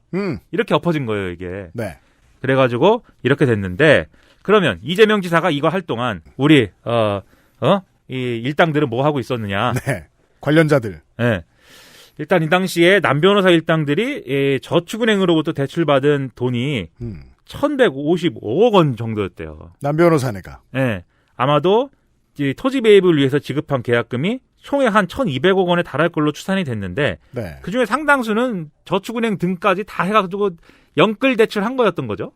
그죠. 그러니까 네. 저축은행에서 돈 빌리는 문제에 대한 통제가 그 다음 정부부터 슬슬 이루어지기 시작했는데 그전에는 그 돈 들고 나른 저축은행들이 문제가 많이 됐었죠. 이명박 정부 때. 실제로 이런 식으로 돈을 충당했던 프로젝트 파이낸싱들이 꽤 많았습니다. 부동산이 아니어도 이곳이 아니어도 말이죠. 네. 그래서 뒤집어 얘기하면 만약에 개발이 안 되면 남 변호사는 1,000억짜리 빚쟁이가 되는 거예요, 이제. 그렇죠. 네. 뭐 해결이 안 되니까. 이걸 개발을 완료해서 이익이 생겨야 이 1,000억 빚이 없어지는 건데. 네. 그렇지 않은 상황에서는 1,000억짜리 빚쟁이로 살아가야 됩니다. 물론. 이러고서 1,000억을 빌린 사람이 어딘가에 있다는 건 당시 한나라당 시의원들의 이야기가 별 설득력이 없다는 걸 어떻게 보면 역설적으로 증언을 해주는 측면이 있죠. 수익을 얼마나 내려고 하느냐. 네. 근데 누가 수익을 낼 줄 알고 이렇게 목숨을 걸고 돈을 빌리잖아요. 남 변호사는 믿었던 겁니다. 네. 그래서 존버인 거죠, 이거는. 네. 존버. 근데 물론 남 변호사에겐 다른 될 줄 알고 하는 걸 존버라고 표현하긴 좀 그래요. 근데 결국 안 될 수도 있잖아요. 20년간 개발이 안 되고 어영부영 할 수도 있잖아요. 물론 그럴 가능성도 있긴 있는데. 그러면 내가 예를 들면 이제 나이가 67세가 됐는데 드디어 개발이 시작되는구나 했는데 68세에 죽었어. 네. 그러면 그렇게 억울한 게 또 어디 있습니까? 그건 개발이 된 겁니까? 그건 안 된 어쩔 수 겁니까? 없죠. 그건 슈레딩거의 개발이죠, 그거. 네, 그 자식들이 그거 파산 신청해야 돼요. 네. 아무튼 그랬는데 그래서 개발이 안 되면 남 변호사 일당들은 1,000억짜리 빚을 안고 있어야 되는데 물론 해결책이 없는 건 아니에요. 왜냐하면 다른 데 가가지고 개발 사업에 또 끼어들거나 해가지고 어떻게든 하긴 했을 거예요. 그렇죠. 선수들이니까요. 실제로 위례 신도시에 가갖고 했는데 네. 아무튼 남 변호사 입장에서 보면 그렇고 이재명 시장과 성남시 입장에서 보면 개발을 해주기로 했는데 개발이 안 되면 공약을 지키지 않은 게 되고 네. 그건 내 스타일이 아니다. 약속을 했으면 해야 된다. 그러니까 개발이 돼야 이재명 시장도 어디 가서 주장할 게 있고 좋은 거죠. 그러니까 둘의 양측의 이해관계라는 게 여기서 맞는 부분이 있어요. 남 변호사 입장에서는 성남시가 개발을 하기 위해서 뭔가 민간합동에 수를 안 내주면 개발이 안 되고 개발이 안 되면 내가 1,000억짜리 빚쟁이로 남고 이런 문제가 있고 성남시 입장에서는 이 일당들이 이미 땅을 죄 계약을 걸어놨는데 이 일당들이 걸어놓은 이 땅을 뭔가 이 소유 문제를 해결하지 않고서는 개발이 어렵고 서로 이 개발이 안 되면 정치적 타격이 있고 서로 간의 이해관계가 맞는 거예요. 그래서 보면은 2010년부터 이미 유장비 씨가 이 남 변호사들을 만납니다. 얘기를 좀 해보자라고 해요. 그렇죠. 그리고 이때 동아일보가 이 상황에 대해서 이제 해설을 해놓은 바가 있는데 이렇게 얘기를 하고 있습니다. 그러니까 이렇게 계약을 다 걸어놨잖아요. 근데 이 계약을 걸어놓은 게 저축은행으로부터 어쨌든 저축은행 입장에서는 돈을 꿔줬는데 이게 환수가 안 되는 거잖아요, 지금 대출이. 그렇기 때문에 이걸 뭐 가처분 걸고 뭐 압류 걸고 이래가지고 이게 다 이 예보로 넘어가요. 그런데 예금보험공사로 넘어간 상황에서도 소유권을 포기는 안 했습니다. 계속 유지하고 있었던 거예요. 그래서 1,000억짜리 빚쟁이로 남고 있는 거거든요, 지금. 왜 그랬느냐, 그러면. 왜 이런 방식으로 했느냐.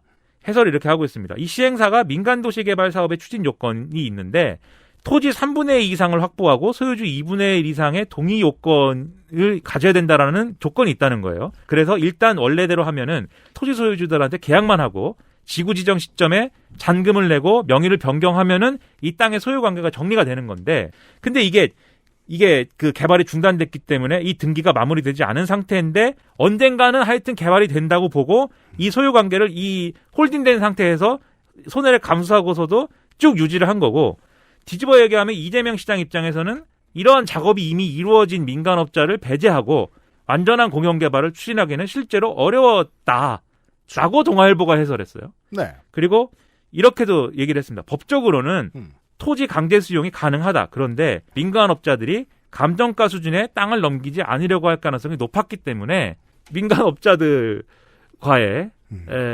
이해관계 문제가 여기서 발생을 하는 거죠. 강제 수용이라는 단어가 하겠다고 생각하면 되는 것처럼 들리는데 실제로 그럴 수 있을 리가 없고요.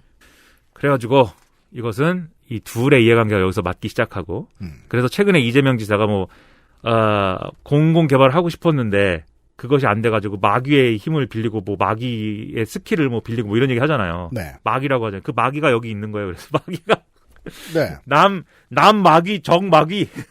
그렇습니다. 마귀들이 이분들이 마귀입니다. 네. 아무튼 그래가지고 이재명 지사가 말한. 네. 그래가지고 이런 상태였다. 이런 상태로 근데 앞서 말씀드린 대로 개발은 엎어진 상태였다. 예. 예. 시의회가 지방채 발행에 동의 안 해가지고 이런 상황에서 새롭게 그러면 이제 레이스가 다시 시작이 됩니다. 2014년에 이재명 시장이 재선이 되죠. 네. 예. 그러면 이제 아무래도 처음 당선됐을 때 지키지 못한 공약을 다시 어떻게 추진할 거냐에 대한 답이 있어야 되잖아요. 예. 그래가지고 또 얘기를 합니다. 대장동 개발 마무리 짓겠다.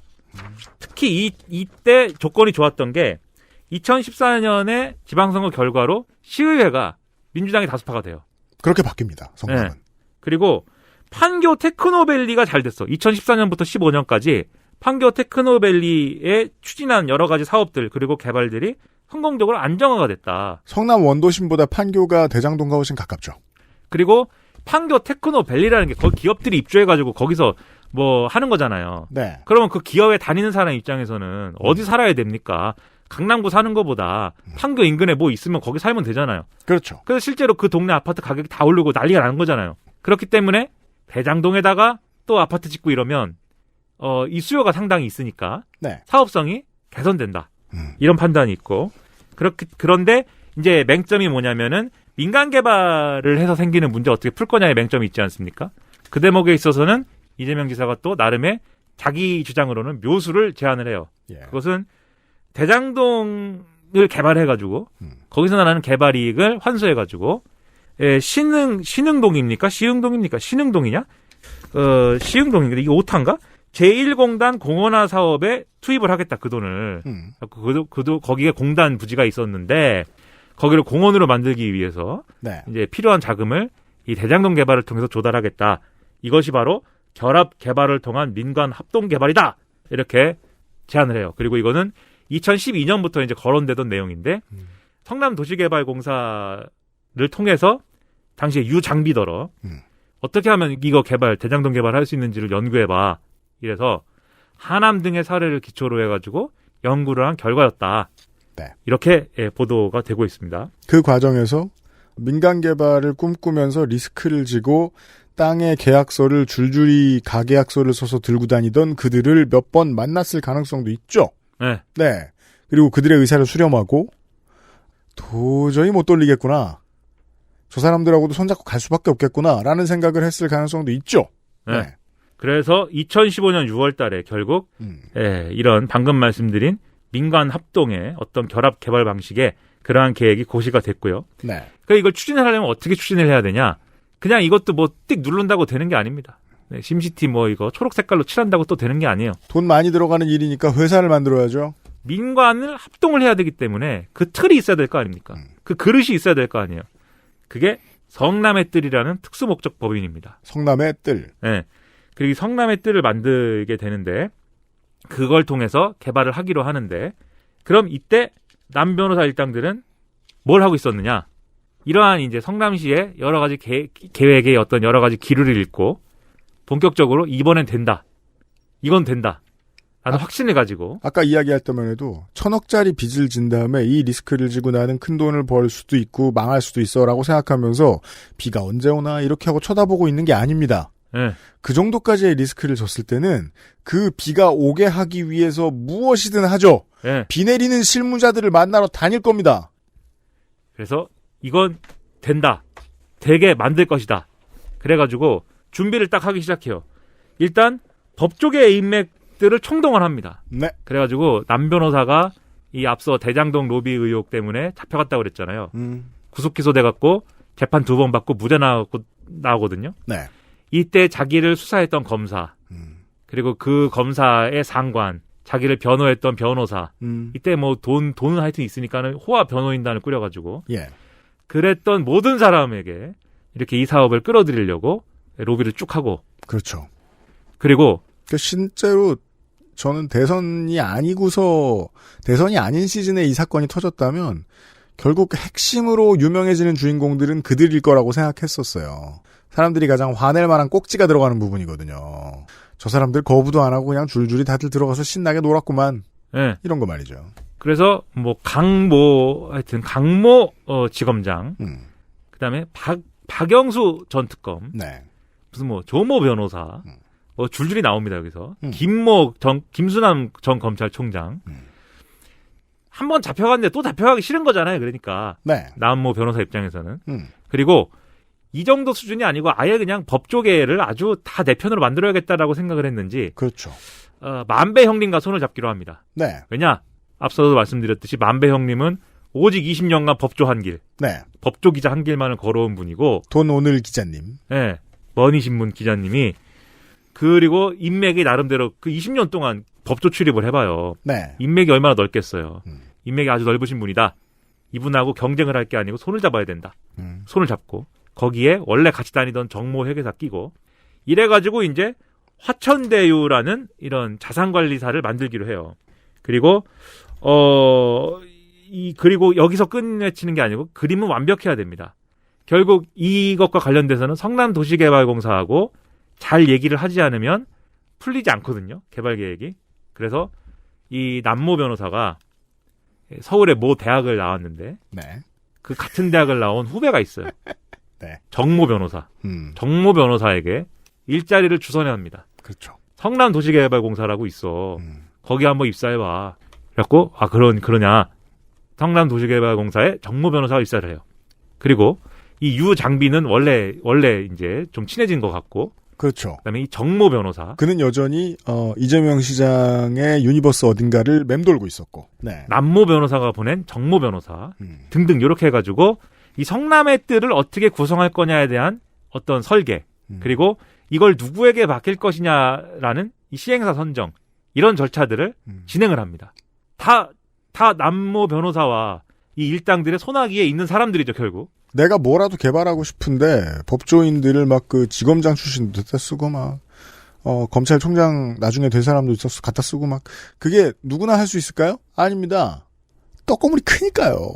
그래갖고 네. 이때 사업자를 선정할 때 또 근데 미리 짜고 치는 고스톱 얘기 안 나오려면 경쟁 방식으로 해야 되잖아요. 그죠. 그래서 가짜 입찰을 하죠. 네. 그래서 3개 컨소시엄이 왔는데 이 중에 하나은행 컨소시엄을 선정을 하는데 뭐 하루 만에 그냥 뭐 일사천리로 그냥 뭐 심사해가지고. 그죠. 하루면 그냥 인상 테스트 한 겁니다. MBTI 보고 뽑은 겁니다. 네. 확 해버리는데. 네. 하나은행 컨소시엄이 그래서 성남의 뜰을 구성을 하게 됩니다. 네. 그래서 어떻게 구성을 했느냐. 네. 이 얘기가 좀 복잡하죠.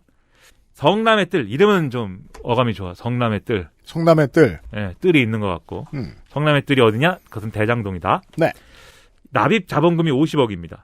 근데 우선주가 46억 5천만 5천 원으로 돼 있고 이 개념을 모르는 사람들이 급히 따라와야 됩니다. 우선주와 보통주. 네, 보통주가 3억 4,999만 5천 원으로 구성이 돼 있어요. 네. 무슨 얘기냐면 배당을 받을 때 우선주가 먼저 받게 돼 있나 봐요. 그렇죠. 그래서 우선주인가 봐요. 우선주가 90%가 훨씬 넘습니다. 네. 그리고 그러면 이 우선주로 이제 배당받는 주식의 경우에 성남도시개발공사가 53.76%를 보유를 하고 하나은행이 15.06%, 국민은행이 8.60%, 기업은행이 같은 8.60%의 지분을 가지기로 해요. 그리고 이들이 가진 지분이 우선주입니다. 그리고 보통주는 이 7% 중에 SK증권이 6%, 네. 화천대유 자산관리가 1%를 이제 지분을 가지기로 하는데 여기서 SK증권 6%는 그냥 SK증권이 자체적으로 자기 회사가 투자를 한 게 아니라 다른 누군가가 맡긴 돈을 투자를 한 거예요. 이 다른 누군가가 누구냐면 개인 주주들인데 개인 투자자들인데 천화동인이라는 회사를 통해서 투자를 했어요. 이런 경우 많이 있어요. 네. 그래서 천화동인 1호부터 7호까지가 있습니다.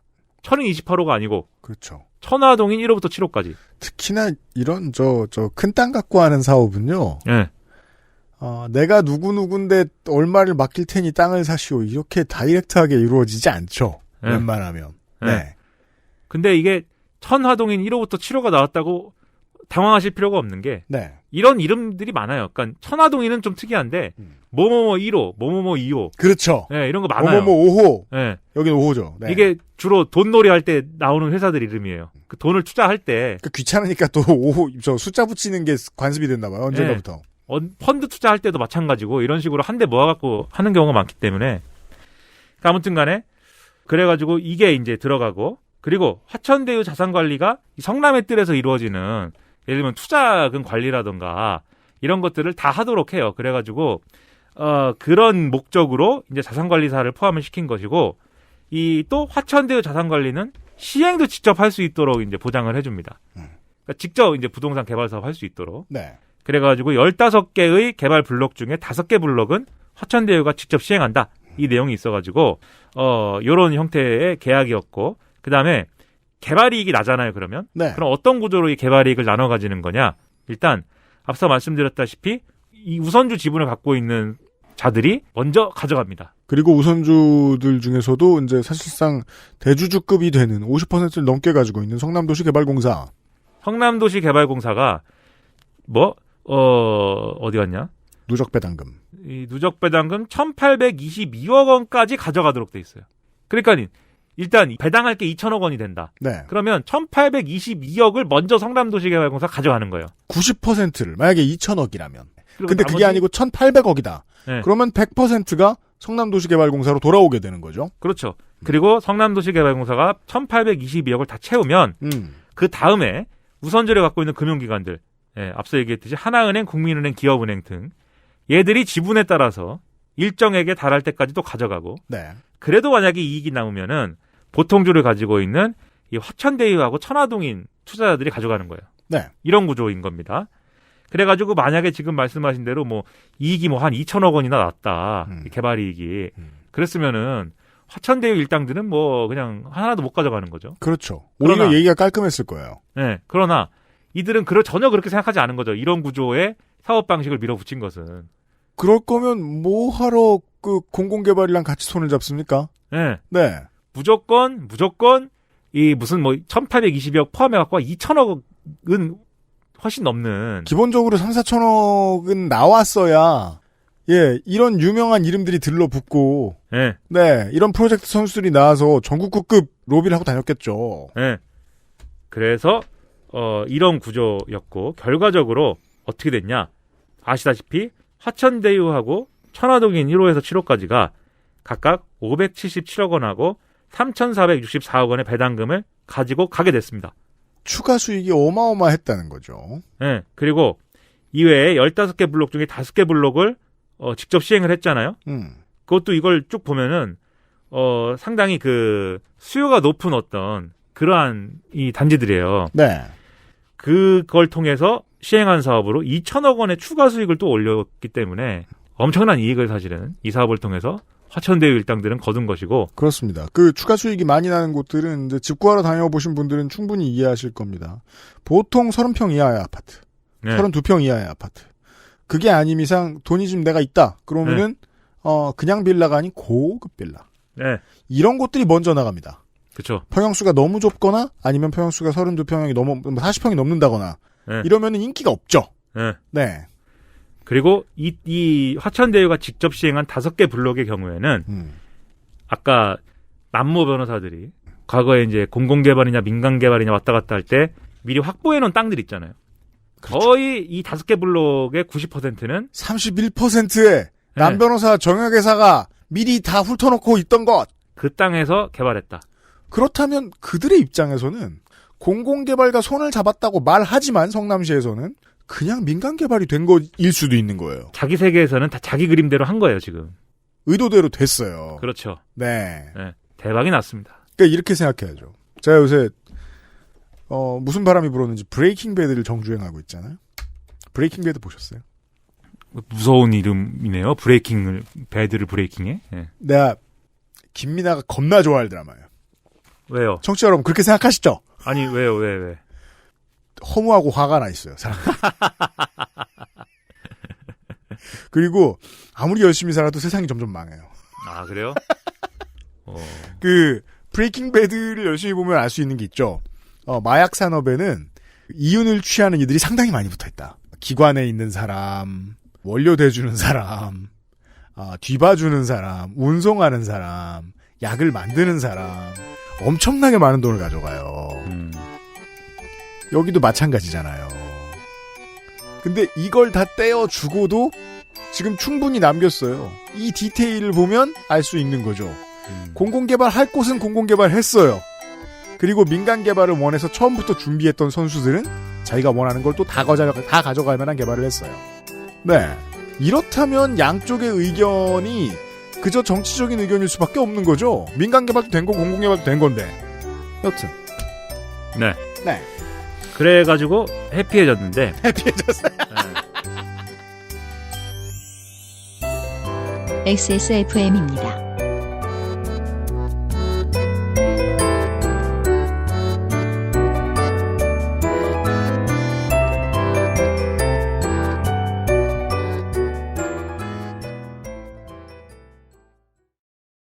스포츠카처럼 강력한 사양의 하이엔드급 PC.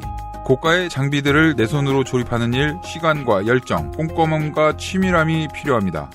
초보라면 부작용으로 몸은 관절염을 얻거나 쿨러는 물이 새게 될 수도 있습니다. 컴스테이션을 고민해 주십시오. 이달의 PC로도 커스텀 사양으로도 빠르고 견고하게 만들어드립니다. 액세스몰과 010-8279-5568 컴스테이션을 만나보세요. 주식회사 컴스테이션. 여성 청결제를 굳이 써야 할까? 어머 얘 좀 봐. 그냥 비누나 바디워시를 쓰겠다고? Y존은 청결하다고 다가 아니야. 내부의 약산성 밸런스를 유지해서 유해균이 살기 어려운 환경으로 만드는 게 중요하다고. 그럼 어떤 청결제를 써야 해? 전성분 EWG 그린 등급의 발암물질 유해성분 불검출, 4가지 유산균 발효물, 포스트바이오틱스 함유까지. 말해 뭐해. 여성용품 전문기업 29데이즈가 있잖아. 소중한 사람들, 소중한 당신에겐 29데이즈. 여성 청결제 블라썸 케어 포밍 클렌저.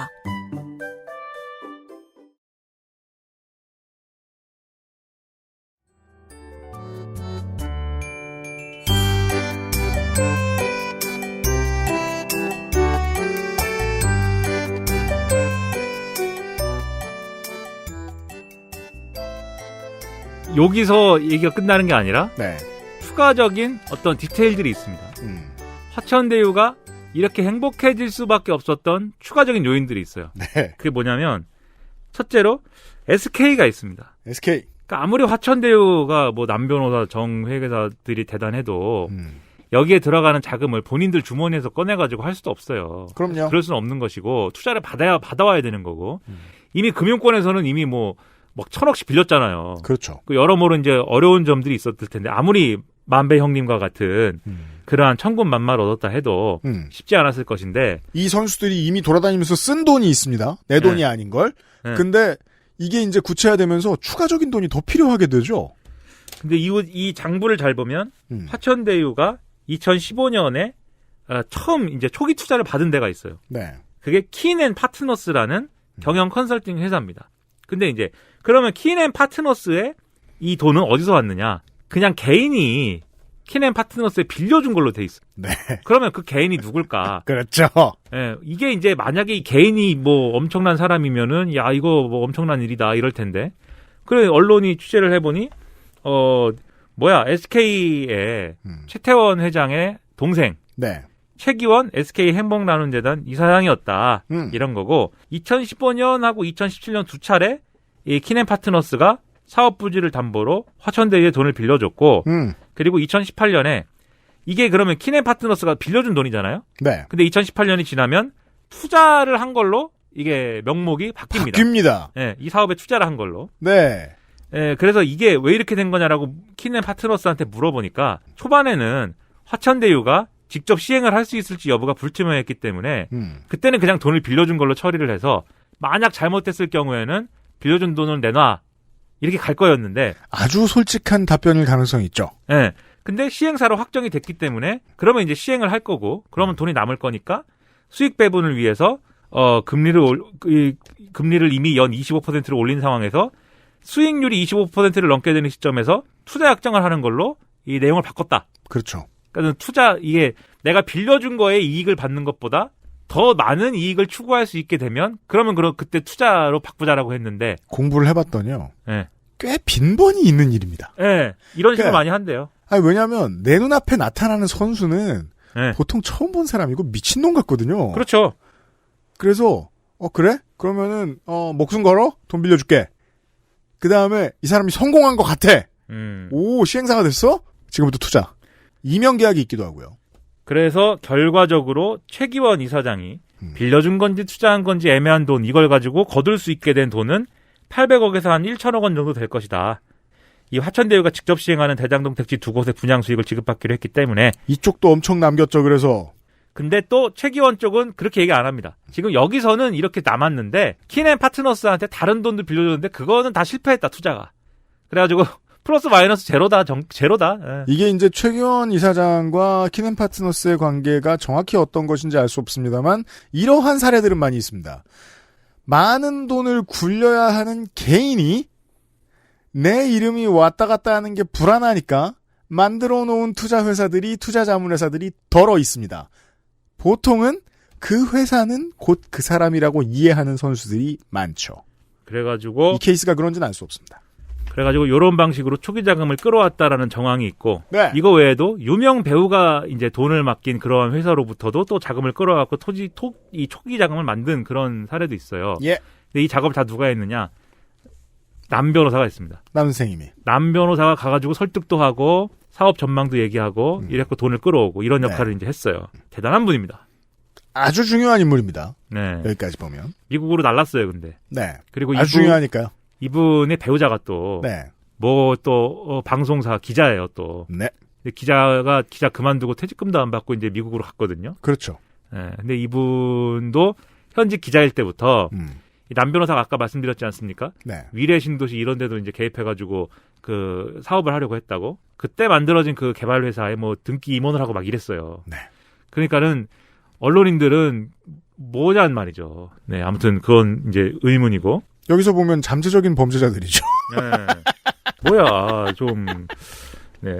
네. 그리고 이제 이런 부분만 있느냐. 또 하나 볼게.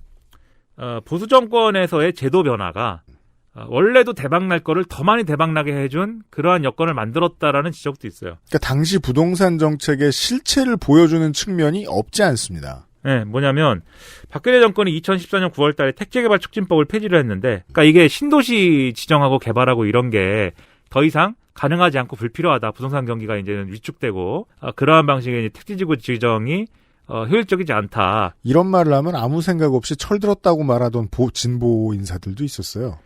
아이씨, 돈이 얼마나 우스우면 그렇게 계산을 쉽게 합니까? 그래가지고 이 법을 이제 효력이 없게 만들어가지고 네. 공공택지 지정이 안 되니까 토지 가격 상승이 초래됐다. 그렇죠. 그래서 이제 더 많이 남은 거다. 이런 지적도 있고. 네. 그리고 같은 해 2014년 말에 박근혜 정권이 민간 택지에 대한 분양가 상한제를 폐지를 했습니다. 네. 그래서 이 대장지구의 경우에는 대장동 개발의 경우에는 토지 수용권을 어쨌든 발동해갖고 만든 공공택지이기 때문에 분양가 상한제가 적용이 되는 건데. 자, 제가 아까 드린 말씀에 대한 지금 보충 설명입니다. 이게 그 민관 합동이라는 말은 사실상 민간은 민간 개발했다는 뜻이고요. 그런데 이 사업자인 성남의들이 결국은 이제 민간 회사이기 때문에 특수목적법인이기 때문에 민간 회사잖아요. 네. 그래서 2018년 말에 아파트를 분양을 실제로 할 때는 네. 분양가 상한제가 적용이 안 됐어요. 민간에 대한 분양가 상한제가 없었기 때문에. 그렇죠. 이게 그래가지고 더 높은 가격에 분양이 됐고 그다음에 민간 택지까지 분양가 상한제를 적용한 게 2019년 8월 달 이후인데 최근이에요. 최근. 네, 많이 올라가지고. 네. 근데 이때까지 다 분양됐고 마지막 남은 이 주택용지가 SK 뷰 테라스라는 건물이 있습니다. 대장동에 있는. 네. 네. 이게 뭐냐면 이것은 아파트가 아니에요. 엄밀히 말하면. 네. 도시형 생활주택입니다. 300가구 미만의 도시형 생활주택이에요. 네. 그래서 여기 분양가 상한제 적용이 안 됩니다. 그렇습니다. 네. 그래갖고 이게 지금 대박이 났어요. SK 뷰 테라스 뭐 경쟁률이 뭐 얼마고 뭐 네. 난리가 났는데 지금 분양 중이에요. 그래서 그 한 방울까지 다 지금 누군가의 주머니로 들어갔고 이건 지금 23년 정도에 입주가 시작될 거라고 알려져 있는데. 근데 이게 난리가 나면서 지금 중도금인지 잔금인지가 대출이 안 된대요. 지금. 그렇죠. 그래가지고 미분양 난대요. 그래서 지금 공고가 어떻게 났냐면 현금이 네. 12억이 있으시면은 그거 지금 살 수 있습니다. 그렇죠. 대출 안 받아도 될 거 아니야. 대단합니다. 그걸 또 마케팅을 하고 있대요. 그러니까 정말 잘 팔리면 그런 사람들한테만 팝니다. 네. 12억이 어딨어? 근데 아무튼 있는 사람한테 파는 거죠. 아무튼 그리고 또 2014년에 개발이익 환수법이 개정이 돼서 개발 부담금 부담률도 낮아졌다. 이것도 화천대유들이 돈을 더 많이 가져가게 되는 뭐 요인이 됐다. 뭐 이렇게 주장하는 분도 있고. 네. 그래서 결과적으로 상당히 이제 뻥튀기가 된 거다라는 거예요. 그러니까 여러모로 보수 정권 시의 법 개정들이 조금씩 이 사람들의 레이더 안에 들어왔고 그 계산 안에 충분히 넣어놨을 거라는 것 정도는 인식할 수 있습니다. 다만 법이 이렇게 어떻게 이 사람들에게 꽃길 깔아주는 것처럼 이렇게 쉽게 바뀌었지? 라고 생각한다면 이 사람들이 전국구구나. 이런 의심보다는 이런 프로젝트가 전국의 다른 곳에도 더 있구나. 법이 이렇게 개정되길 원하는 다른 세력들도 어딘가에 많이 있었겠구나. 성남뿐만 아니라 그렇게 생각하는 게 조금 더 합리적입니다. 그리고 이분들은 이런 맥락을 쭉 보면은 네. 재수도 좋았던 것 같아요. 네. 그러니까 이름을 잘 지어야 되나 봐. 화천대유 이렇게 줬더니 재수가 좋았던 것도 분명히 있습니다. 제가 만약에 남형과 정형을 만난다면 그렇게 얘기해 줄 거예요. 아니다. 당신들의 노력의 결과다. 100%. 예. 그리고 법정에서도 그렇게 주장되어야 합니다. 네. 그러면 실제로 이렇게 안 됐으면은 처음에 이 구조를 설계할 때 돈을 이렇게 나눠 가지는 구조를 설계할 때는 과연 이익이 얼마나 남을 걸로 예상을 했을까? 이게 좀 궁금하지 않아요? 안 와요. 뭔가 계산을 했을 거 아니에요. 이렇게 설계할 때 처음에. 제가 거기서부터 막혀요. 이게 계산이 된다고? 모든 사업이라는 거는 개발 이익이든 뭐든 간에. 그러니까 많음 이렇게 예상할 수 있을지 모르겠는데 예를 들어 우리가 아까 고 계산까지 했잖아요. 1,800억에 이를 때까지는 공공이 회수한다 이 수익을. 그랬으면 그래 3,4천억이 넘었을 건 예상했겠구나. 요 정도까지는 저도 충분히 따라갔어요. 근데 그 이상이 얼마였을지 예상했을지는 거기서부터는 저는 놓쳤어요. 모릅니다 제가. 뭐 모르죠. 근데 그 계획이라는 게 항상 관이 계획을 만들 때는 뭘 하더라도 이걸 통해서 거둘 수 있는 예상이익 얼마다라는 걸 계산을 해가지고 그 맞든 틀리든 그런 모양입니다. 그걸 전망을 하는데 그 당시에 이제 어떻게 계산을 했느냐에 따라서 이재명 캠프는 이렇게 설명을 해요. 화천대유가 포함된 하나은행 컨소시엄이 추정한 배당 이익은 3,595억 원이었다. 그러면 여기서 성남시가 1,822억 원, 약 전체의 50.7%를 가져가기로 한 것이고 화천대유가 1,773억 원, 전체의 49.3%를 가져가는 구조였다. 컨소시엄의 예측에 의하면. 그러니까 배당 이익에 대해서는 성남시랑 민간 시행의 이 실체에 해당하는 화천대유가 거의 반반씩 나눠가는 구조를 전제하고 이런 구조를 만든 건데 여기에 더해서 이런 주장을 하고 있습니다. 1공단 앞서 말씀드린 결합개발이었잖아요. 네. 1공단 터 공원 조성비 2,561억 원이 이 사업을 통해서 추가로 이제 투입이 된다는 거를 환산을 하면은 네. 결국 전체 6,156억 원이 되고 이 가운데 4,383억 원, 즉 이 사업을 통해서 거둔 이익의 71.2%를 성남시가 가져간다고 본 거다. 이렇게 설명을 하고 있어요. 네. 근데 이제 지금 공원 조성비 2,561억의 경우에는 이건 논란이 좀 있어가지고 어쨌든 그런 거 다 제해도 원래 생각은 반반 가져가는 거였다. 이 구조를 통해서. 3,600억 정도 남겨서. 근데 이게 이제 나중에 그런 쟁점은 되겠죠. 모두가 이 그림을 만든 모두가 반반 가져간다고 예상을 하고 이런 걸 만들었는데 우연히 예, 이 반반 가져가야 될 게 뒷부분이 이제 파이가 커져가지고 대박이 나가지고 훨씬 더 많이 가져가게 된 건지 아니면 반반 가져가게 될 거야라는 세치혀로 모두를 속인 다음 실제로는 마음속으로는 그 반반이겠냐? 예, 3대 1이겠지?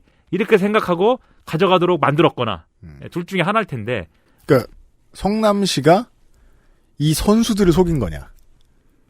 아 이거 민간 개발처럼 많이 남을 수 있어. 이러면서 우리가 다 가져가야지. 우리가 공공 분야에 다 쓸 돈으로 해야지? 라고 생각했느냐? 아니면 선수들이 훨씬 많이 남을 텐데 뭔 소리야. 그렇다기보다도 이든지 그게 아니면 양쪽 다 알고 있었든지.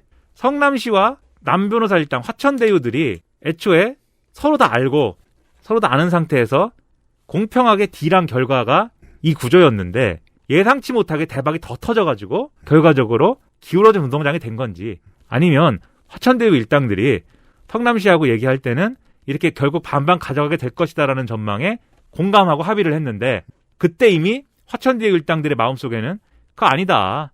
2배, 3배 더 남을걸? 그때가 되면은 몰랐다고 해야지? 이렇게 생각하고 한 거냐. 그거에 따라서 이후 상황이 좀 달라질 수 있다. 이런 거고요. 그렇고요. 그 다음에 이제 1공단 터 공원 조성비 2,561억 원을 네. 성남시가 가져간 수익으로 볼 거냐 말 거냐. 이거는 이제 논란이 있는 건데 이재명 지사 쪽은 이걸 포함시켜야 된다라고 얘기를 하지만 일부분에서는 이것은 어차피 다른 방식으로 거둘 수 있는 그런 이득 이 사업비를 투입한 것이고 이것이 꼭 이제 공공이 가져간 돈이라기보다는 결국은 이제 필요한데 어쨌든 기부 체납이라든가 이런 걸 통해서 이제 좀 해소할 수 있는 문제였기 때문에 이건 좀 과장이다라고 하는 어떤 의견도 있다. 이 정도를 정리하면 될 것 같고. 네. 그다음에 이제 요렇게 그러면 이제 상황이 진행이 됐어요. 만약에 애초에 계획한 대로 딱 반반 나누는 그림이었으면은 아마도 제가 볼 때는 이렇게까지 난리가 안 났을 겁니다. 네. 그쵸? 근데 너무 많이 어쨌든 화천대유들이 가져가 버리는 바람에 난리가 난 건데 제가 볼 때는 이 화천대유들도 예상을 못한 부분이 있는 것 같아요. 그렇습니까? 여기서부터는 요건 추측입니다. 네. 왜냐면은 이게 너무 돈이 커지니까는 자기들끼리 싸우기 시작합니다. 그런 증거는 나와 있죠. 네, 그러면서 지금 다 잡혀가게 생겼어요. 그래가지고. 네. 일단 보도가 지금 막 나오고 있는 것들을 종합해 보면 이런 사건들이 일어나고 있어요. 유장비 씨가 이 화천대유 일당들 만배 형님들에게 네. 야, 내 목도 줘야지 그러면 라고 얘기를 하면서 여기까지만 보면 공공 분야를 담당하던 사람 같은데 요 얘기를 들어보면 공공 분야를 가른 다음에 민간에게 나누어 준 걸 주도한 사람이구나라는 것이 이해됩니다. 네. 그러니까 이 유장비 씨는 아까 리모델링 추진위원회 조합장이었다고 얘기했잖아요. 물론 조합장들 중에서도요. 네. 너무 스트레스를 받아서 네. 돈이 다 무슨 소용이냐 이러면서 그냥 나눠주고 떨어지고 이런 사람들도 있어요. 하지만 보통은 그거보다 집중력이 훨씬 좋죠. 이렇게까지 고생을 했는데 내 몫이 이거밖에 안 되면 안 돼. 보통은 이게 일반적인 태도입니다. 이분이 어쨌든 뭐 공무원 출신이거나 그런 게 아니에요. 이재명 지사와의 관계 덕분에 공무원을 했지만 공직을 있어본 경험이 없고 이전까지는. 그렇죠. 그리고 이 조합장은 어떻게 됐느냐. 그러니까 개발과 관련된 어공이 있을 수는 있거든요. 정치권 주변의 측근들 중에. 근데 그런 다음에 계속 어공을 돌게 하지 않습니다. 거기에 맞는 유닛도 아니고요. 그러니까 제가 이런 얘기 왜 하냐면 측근이란 단어에 이재명 지사의 측근들이 화가 났어요. 측근이란 단어를 못 쓸 이유가 뭐가 있느냐 말입니다. 그렇죠, 사실. 여튼. 아무튼 그 전에는 뭘 했느냐. 네. 무슨 건축사무소에 다닌 걸로 돼 있는데 이것도 과장된 이력이라는 주장이 있어요. 일부 보도에 의하면 네. 건축 사무소를 다닌 게 아니고 거기에 이제 그 운전을 했다. 우리 흔히 얘기하는 운장을 했다. 그래서 한 2달 정도 했는데 그 경력을 건축 사무소 다닌 걸로 해가지고 이 조합장이 된 것이다. 그런 경력이 이상할 땐 다른 경력이 뭐가 있는지 궁금하죠. 그러니까 전반적으로 보면 그러면 이분의 인생은 요 장비의 인생은 어떤 큰 일을 하실 분이라기보다는 동네 형이신 거죠. 그냥 좋게 표현하느라 고생 많습니다. 네. 동네 형. 네. 동네 형인데. 근데 이제 동네 개발자 형. 네. 네. 동네 형인데. 개발자란 말 이상하네요. 주군을 잘 만나가지고 그 자리에 간 거예요. 개발을 좌지우지할 수 있는. 그렇게 했는데 어쨌든 대박이 났으니까 700억을 내놔라라고 한 거예요. 만배 형님 등에게. 이만큼이나 수익이 올랐는데 네. 내가 지금 성남시가 1,800억밖에 못 가져가도록 처음에 설계를 내가 만들었거나 최소한 묵인방조하지 않았으면 너네들은 어떻게 되는 거야?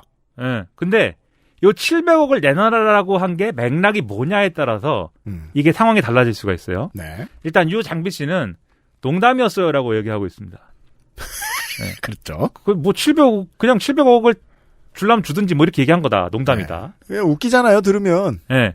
그다음에 이게 첫 번째 가능성. 뭐 농담을 했을 수도 있겠죠. 두 번째 가능성은 700억이라는 돈을 뇌물을 달라고 한 것이다. 그러니까는 이렇게 너희들에게 많은 돈을 안겨줄 수 있는 그러한 사업을 내가 승인을 하고 네. 이런저런 손을 써갖고 만들어냈으니 뇌물을 달라.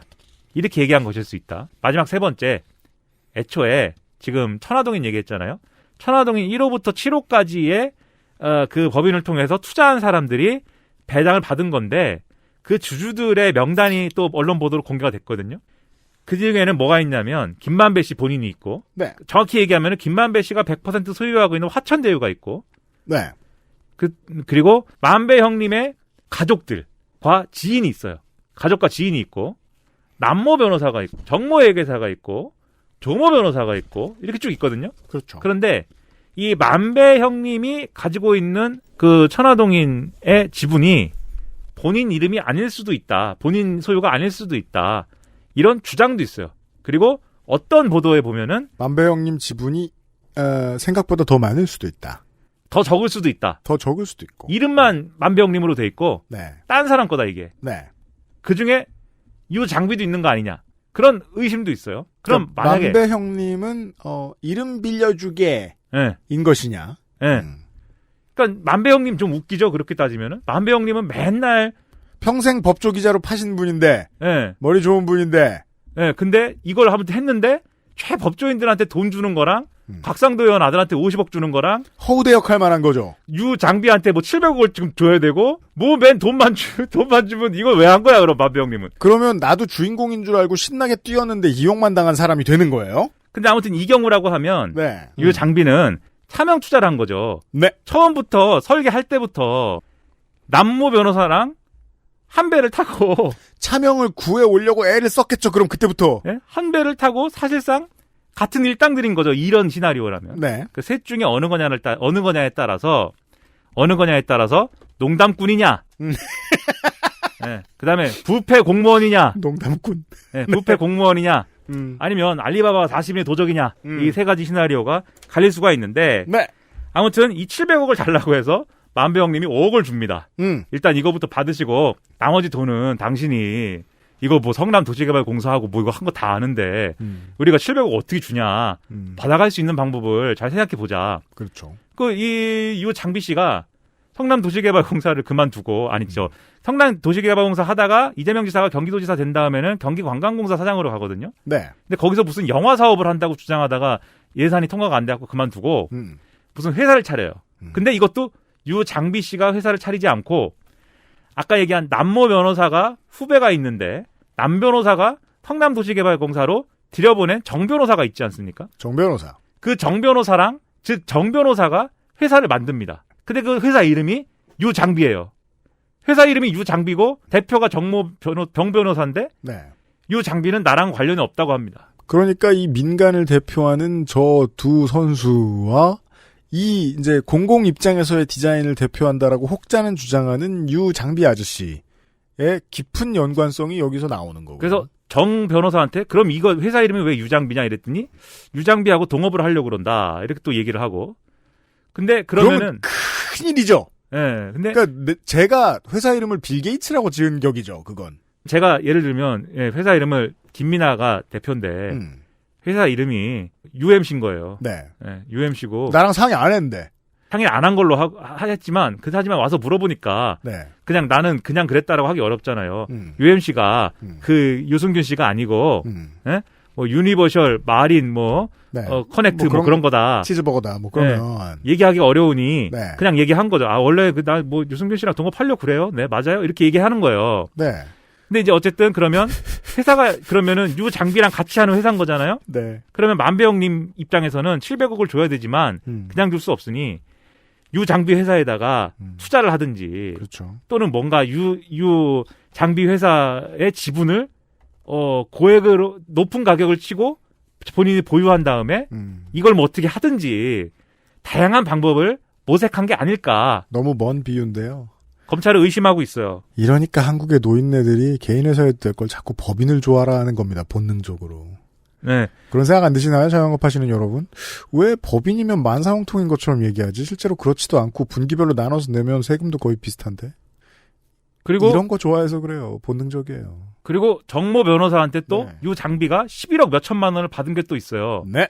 그걸 이제 뇌물이 아닐까 하는데 근데 거기에 대해서 이 장비는 빌린 거예요라고 얘기를 하고 있습니다. 그렇죠. 네, 빌린 거예요라고 얘기를 하고 빌리는 거면 11억을 빌리고 빌려줄 정도로 겁나 서로 믿는 사이라는 건데 그러면 더 이상하고요. 그다음에 여기까지가 이제 유 장비와 관련된 유 장비가 이 사업에 어떻게 참여한 거고 무슨 역할을 했고의 어떤 단서를 보여주는 논란이다. 서로의 네. 이제 분열돼가지고 이런 논란이라고 하면 또 하나 보여주는 게 오늘 이거 떠드는 오늘 이제 동아일보가 보도를 했는데 네. 이런 일이 있었다는 거예요. 2013년에 위례 신도시를 개발을 할 때 거기에 이제 업자였던 정모 씨가 또 있다. 정 씨가 이렇게 많아. 예. 네.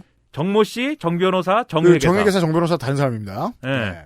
잘 구분하셔야 돼요. 정 변호사, 정회계사, 정모 씨. 검색하시면 이름 다 나옵니다. 이름을 알아도 헷갈려요, 근데. 맞아요. 네.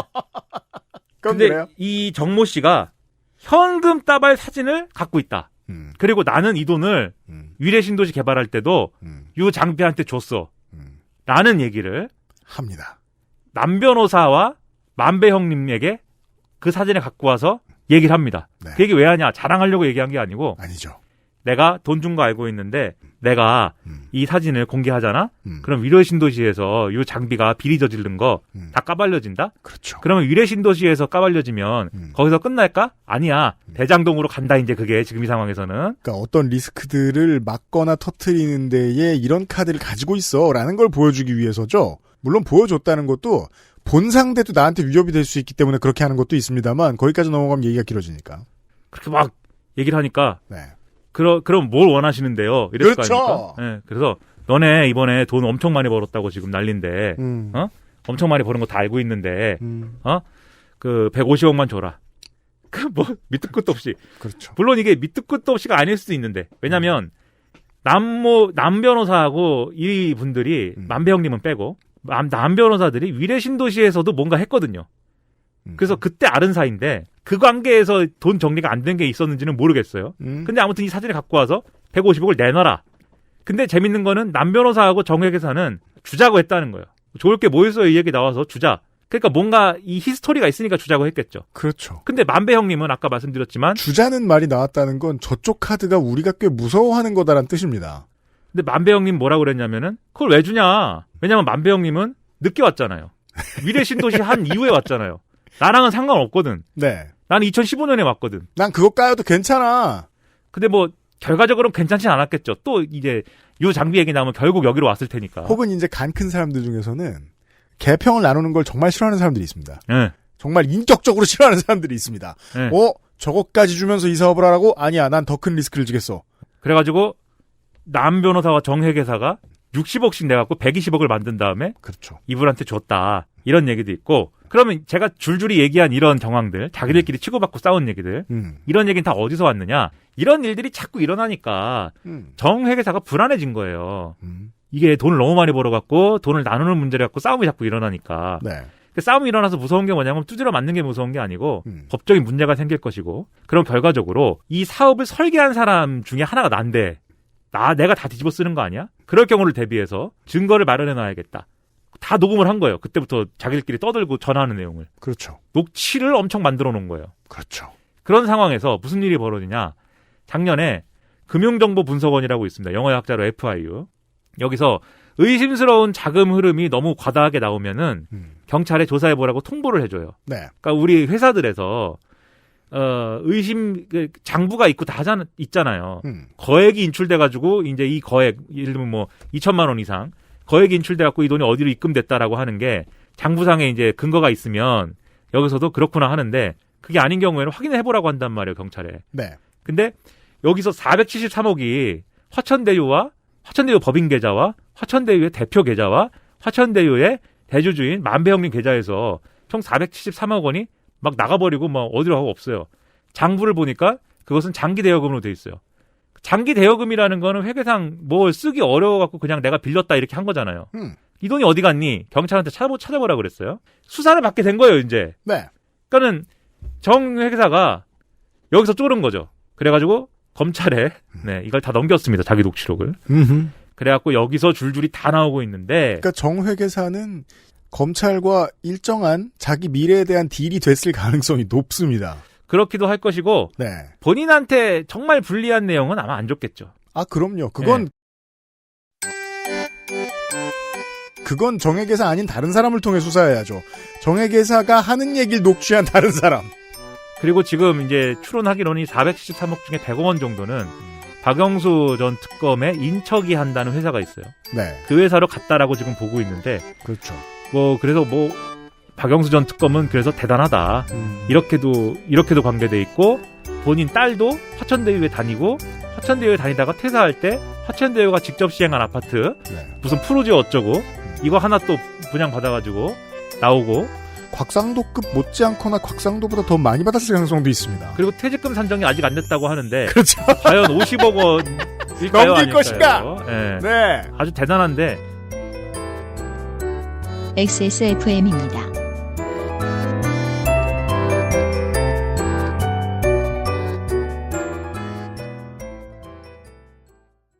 간호사 한 명당 환자 수가 20명쯤 돼요. 세심하게 케어하기 힘들죠. 한 번이라도 더 가보고 싶은데 갈 수가 없어요. 간호사 1인당 환자 수가 줄어야 간호의 질이 높아집니다.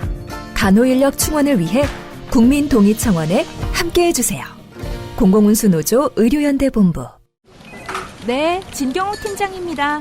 저희 엄마요? 진짜 경자 옥자요. 충성 경장 진경옥. 세상의 모든 경옥을 위해 120시간 진하게 다렸습니다. 활력 있는 사람들의 이름 진경옥. 평산네이처. 아무튼 이런 경로를 거쳐가지고 이 난리가 났다라는 얘기고요. 네. 여기서 이제 정리하자면 이 사안은 저는 그래서 이걸 다 이렇게 쭉 리뷰하고 난 다음에 무슨 생각이 들었냐면 결국 그러면 이제 이재명 지사는 뭐냐라는 문제에 있어서 이재명 지사 입장에서는 선택지는 둘 중 하나였다. 개발을 포기하든지 아니면 이 난리가 나는 걸 감수하고 그냥 하든지. 네. 둘 중에 하나였던 것 같다. 근데 이재명 지사가 후자를 선택한 거예요, 결국. 네. 하기로 한 거고 개발을 하는 방식을 만든 거고 결국. 네. 그게 뭐 유장비한테 속았든지 아니면 정말 이 보수 언론이 주장하는 대로 이재명 지사도 처음부터 유장비라는 사람하고 같이 다 한통속이었든지. 그러니까 한통속인 것까지는 저는 그렇게 생각하지 않기도 합니다만 지금은 그런 근거는 하나도 없어요. 보수 언론이 하는 질문 중에 가장 날카로운 건 그거죠. 뭐 어디까지 몰랐다고 할 거냐. 그렇죠. 네. 이 결과적으로 이 처가 이익을 환수하는 문제, 즉 앞서 말씀드린 대로 우선주와 보통주가 있지만 그럼에도 불구하고 애초 예정한 것보다 반반 정도의 그런 균형을 맞추는 수익보다 더 그 이상의 수익이 났을 경우에 그것도 반반 나누는 그런 조항이나 이런 게 있었어야 되는데 왜 없냐의 문제에 있어서 유장비가 장난친 거면은 이제 거기가 최종적인 책임을 지겠지만 그런 사안을 이재명 지사 당시 성남시장에게 보고했거나 네. 또는 성남시장이 그거 좀 둬라 이렇게 지시를 했거나 네. 이렇다고 하면 이제 굉장히 복잡한 문제가 되겠죠. 음. 근데 그런 이제 정황이나 이런 것들은 이걸 떠들고 있는 이 시점에는 없어요 아직. 그래서 그건 봐야 되겠지만, 근데 저는 이제 그런 법적 책임이나 무슨 뭐 이런 것들은 제가 검찰도 아니고 모르니까 그거는 뭐 남겨두더라도 제가 생각하는 것은 그럼 이재명 지사의 이 판단, 개발을 이런 여러 가지 위험을 안고서라도 해야 되겠다라는 판단이 맞았던 거냐. 저는 여기서 한번 우리가 생각을 해봐야 될 지점이 있다고 생각해요. 그러니까 뭐 대선의 유불리 다 떠나서 이재명 지사의 잘잘못을 다 떠나서 이 결정이 누구 좋으라고 한 결정이냐에 대해서 생각을 해보면 그 대장지구라는 데가 뭐 누가 해먹은 얘기 다 말고 대장지구라는 데가 삐까뻔쩍합니다. 그 뭐 푸르지오 머시기 아파트도 있고 그리고 아까 SK 뷰 테라스 막 이런 거 있고 그냥 지금 지도 보시면 알 수 있습니다. 최첨단의 훌륭한 넓고 쾌적한 아파트들이 지금 속속속속 들어왔습니다. 거기 들어가서 살 수 있는 사람 누구냐. 그걸 한번 생각해 볼 필요 있을 것 같고. 그리고 원래 임대주택이 2개 블럭에 들어가야 되거든요. 그 원래 계획이 그래서 LH가 임대주택을 하기로 한 그 블럭이 있어요. 네. 근데 그거 결국 시행이 안 돼가지고 그거 그냥 분양으로 넘어갔거든요. 네. 그러니까 사실 거기서 이게 공공의 이익을 환수해가지고 공원 사업에 이제 집어넣었다고는 하지만 어디에 어떤 공공성이 어떻게 발현됐느냐의 문제에 있어서는 전 상당히 좀 의문이에요. 대장지구라는 존재가. 주로 힐스테이트와 푸르지오만 보입니다. 그리고 한 구석에 이제 SK 뷰 테라스가 있는 거예요. 그 구조에서. SK 뷰 테라스가 있고요. 그래서 이런 게 결국은 이제 그런 모양새가 된 거에 대해서는 이재명 지사의 이게 공공개발이라는 거에 대해서 형식적으로는 공공개발의 틀이 있었을 수 있는데 결과론적으로 뭐 부자 성남시, 행복한 성남시 이런 것만 사실은 좀 부각되는 사업 아니었냐 이런 생각이 들고요. 그 다음에 이제 이 사람들에게 지금 이제 이 사업에 대한 자기 정당성을 해명할 때 이렇게 얘기하잖아요. 국민의힘 게이트다. 아까도 말씀드린 이제 남 변호사가 과거에 한나라당 청년이 부위원장 맡았고, 그 다음에 정 변호사 있잖아요. 이 정 변호사도 그 당시 한나라당, 새누리당 등의 이 보수 정권 국회의원의 보좌관 출신이에요. 곽상도 의원 나오죠. 그렇죠. 이 당시에 그리고 어쨌든 공공개발 반대한 집단들 다 보수 정당들이잖아요. 그럼요. 그런 거를 근거로 해서 파면 팔수록 다 이제 그쪽만 나올 거다. 라고 이야기하는데 지금 이 이야기를 다 들어보신 다음에는 어떻게 느껴지시는지 모르겠습니다. 청취자 여러분들이. 제가 볼 때는 이런 걸 좀 냉소적으로 표현해서 뭐 그렇지만 판이 벌어졌고 돈 되는 판이 벌어진 거고 다 거기 들어가고 불나방처럼 들어가가지고 자기 좋은 걸 어떻게든 건져내려고 정파, 파벌 관계없이 제 생각에는 막 달라붙는 그런 그림이었던 것이고 다만 그 정파, 보수 정당이 돈이 더 많아가지고 그쪽이 더 돈이 많아갖고 더 많이 붙었는지는 모르겠으나 더 많은 돈과 더 많은 권력을 가져갖고 붙었을지는 모르겠으나 본질적으로 뭐 그런 거냐는 의문이고 그리고 이재명 지사는 여기서 챙긴 게 뭐냐. 이게 뭐 무슨 뭐 이 국민의힘하고 보수 언론은 큰 돈을 챙기고 뭐 한 것처럼 얘기하지만 그게 아니라 정치적 명분을 챙긴 거잖아요. 그리고 이것이 굉장히 이제 훌륭한 사업이라고 본인이 많이 주장도 했고 그런 것들을 선거 과정에 업적으로 이제 얘기를 했는데 이런 부분에 대해서는 자기 평가가 또 있어야 된다고 봐요. 지금 와서는. 예, 그리고 그런 거를 종합했을 때 사람들이 궁금한 건 이런 대목일 거예요. 이게 결국 지금 얘기를 다 종합하면 이재명 지사의 사람들이 기대하는 바가 저 사람의 리더십은 좀 문제가 있을 수는 몰라도 추진력 있는 사람이고 그걸 통해서 결과를 내는 사람이다. 성과를 내는 사람이다. 여기에 대한 기대가 있어요. 일반적으로 이 정치 지도자들이 이런저런 이유를 들어서 하지 않는 거에 대해서 뭔가 성과를 내는 사람이다. 이런 믿음이 있는데 이 사건이 보여주는 건 뭐냐면 그렇게 밀어붙이는 방식에 부작용이 있을 수가 있다. 부정적인 측면이 있을 수가 있다. 라는 걸 보여주는 거잖아요. 그러면 이 문제에 해명을 할 때는 제 생각에는 내가 이런 추진력 때문에 밀어붙여가지고 부작용이 있을 수 있는데 앞으로 이재명 정권이라고 하면 그 부작용을 내가 어떻게 최소화할 것이고 이런 부분에서 잘못된 것들은 어떻게 앞으로 이제 고쳐나가도록 할 것이다라는 것들을 제시를 해줘야 돼요. 그 얘기는 뭐 조만간 하지 싶긴 합니다. 네. 이 유장비의 구속으로 인해서 약간 로우키가 됐기 때문에 지금 이재명 캠프가. 근데 또 사람들이 와서 찌르면은 또 그분은 혼자 화를 잘 내시니까 또 무슨 화를 네. 낼지는 모르겠습니다만 결국은 이것을 수정한 청사진을 내놓겠다는 쪽으로 태도를 바꿀 겁니다. 그건 확률은 100%라고 봐요. 지금 주장하는 게 네. 개발이익 환수잖아요. 네. 개발이 전부 공공 환수잖아요. 네. 근데 이게 현실성이 있느냐도 의문이고, 근데 만약에 이제 공공 개발로 했다고 했을 때, 그러면 결국 이제 우리가 그동안 갖고 있는 틀로 보면 LH가 막 전담해갖고 하거나 뭐 이렇게 될 건데, 지난번 LH 사태 이후에 우리는 LH가 뭘 한다고 하면 고양이한테 생선 맡겨놓는 것 같다. 이런 생각을 이제 하게 됐지 않습니까? 네. 근본적으로 들어가면 이 개발이라는 거, 그리고 택지 개발이라는 것, 그리고 뭔가 이런 방식의 개발이라는 게 근본적으로 지금과 같은 형태, 그게 공공 개발이든 민간 개발이든 뭐든 간에 누군가 부당하게 이익을 얻는 이런 부조리로부터 자유로울 수가 없어요. 그건 제가 볼 때는 공공이 100% 환수한다고 해도 마찬가지입니다. 사업이 안 되거나 민간 안 끼고 사업이 어려운 구조니까 사업이 안 되거나 아니면 또 LH 사태 같은 게 또 나거나, 그러니까 사실은 근본적인 차원에서의 대안을 모색해야 될 필요가 있고, 원래 그래서 이걸 생산적으로 논의를 한다고 하면 그런 차원에서의 대안이 필요한 건데, 뭐 남탓만 하니까 서로 그런 게 아쉽고 열받는다 이겁니다, 저는. 네. 아마 이재명 도지사에 대한 지지는 이 사건으로 인해 꺾이지도 않을 것이고 오히려 응집력이 더 생길 거고, 그 이유는 시사 아저씨가 말씀해 주셨습니다. 그쪽으로 가는 표의 오리엔트는 이걸 좋아하기 때문이고요. 저는 사실 진짜 이 사건에 대해 관심을 가진 건 그 대선 캠프들의 이해 문제가 아니에요. 그렇죠. 이 사건은요, 들여다볼수록 한국의 자본이 가장 진심으로 움직이는 행동 양식을 보여줍니다. 네. 아주 본능적으로 실험실에 넣어놓고 내버려 두면 한국의 자본은 뭉친 다음에 어떻게 움직이는지를 보여주는 사건입니다. 근데 뭐가 문제냐? 돈 많은 사람들이 돈 굴린다는데, 부동산의 가치는요, 기본적으로 일하는 사람이 만들어 놓은 그 나라 경제의 가치가 만들어내는 부산물입니다. 그래서 일을 열심히 해서 국부를 늘려놓은 사람들한테 돌아와야 돼요. 그걸 절대 안 하도록 최선을 다하는 게 한국 사회, 한국 자본이고요. 그래서 미워해야 됩니다. 이 사건에 끼어들고 돈을 번 모든 사람들은. 이상한 팬하고 술 마신 걸로 야구 못하게 된 야구 선수가 아직도 그렇게 밉습니까? 야구요? 그러니까 제가 요새 자주 하는 얘기가 그거거든요. 미워하는 이유는 전에 사랑한 적이 있기 때문이에요. 너무 큰 사기꾼들이 나와요. 민주당 지지자들이 막 승질을 내요. 아니, 이 사람은 이렇게 못됐는데 왜 승질 안 내냐고. 저 사람은 저렇게 못됐는데 왜 승질 안 내냐고. 안 사랑하고요. 저런 사람들은 저런 게 당연하다라는 어떤 이해가 있기 때문이거든요. 여론 전체에 합의가 있는 거예요. 어떤 악은 나도 거기로 가고 싶어. 그 가운데에는 이런 사건들이 보통 있습니다. 내가 왜 항상 화가 나는지 압니까? 인류를 사랑하기 때문입니다. 그건 못 믿겠어요. 아니, 인류를 사랑하기 때문에 화가 나는 거예요. 그럼 보통 에디 베더가 그런 말을 하면 멋있을 거예요. 에디 베더가 아니고 다스베이더예요. 무슨 소리예요? 에디 베더 얘기하는 거야, 나는.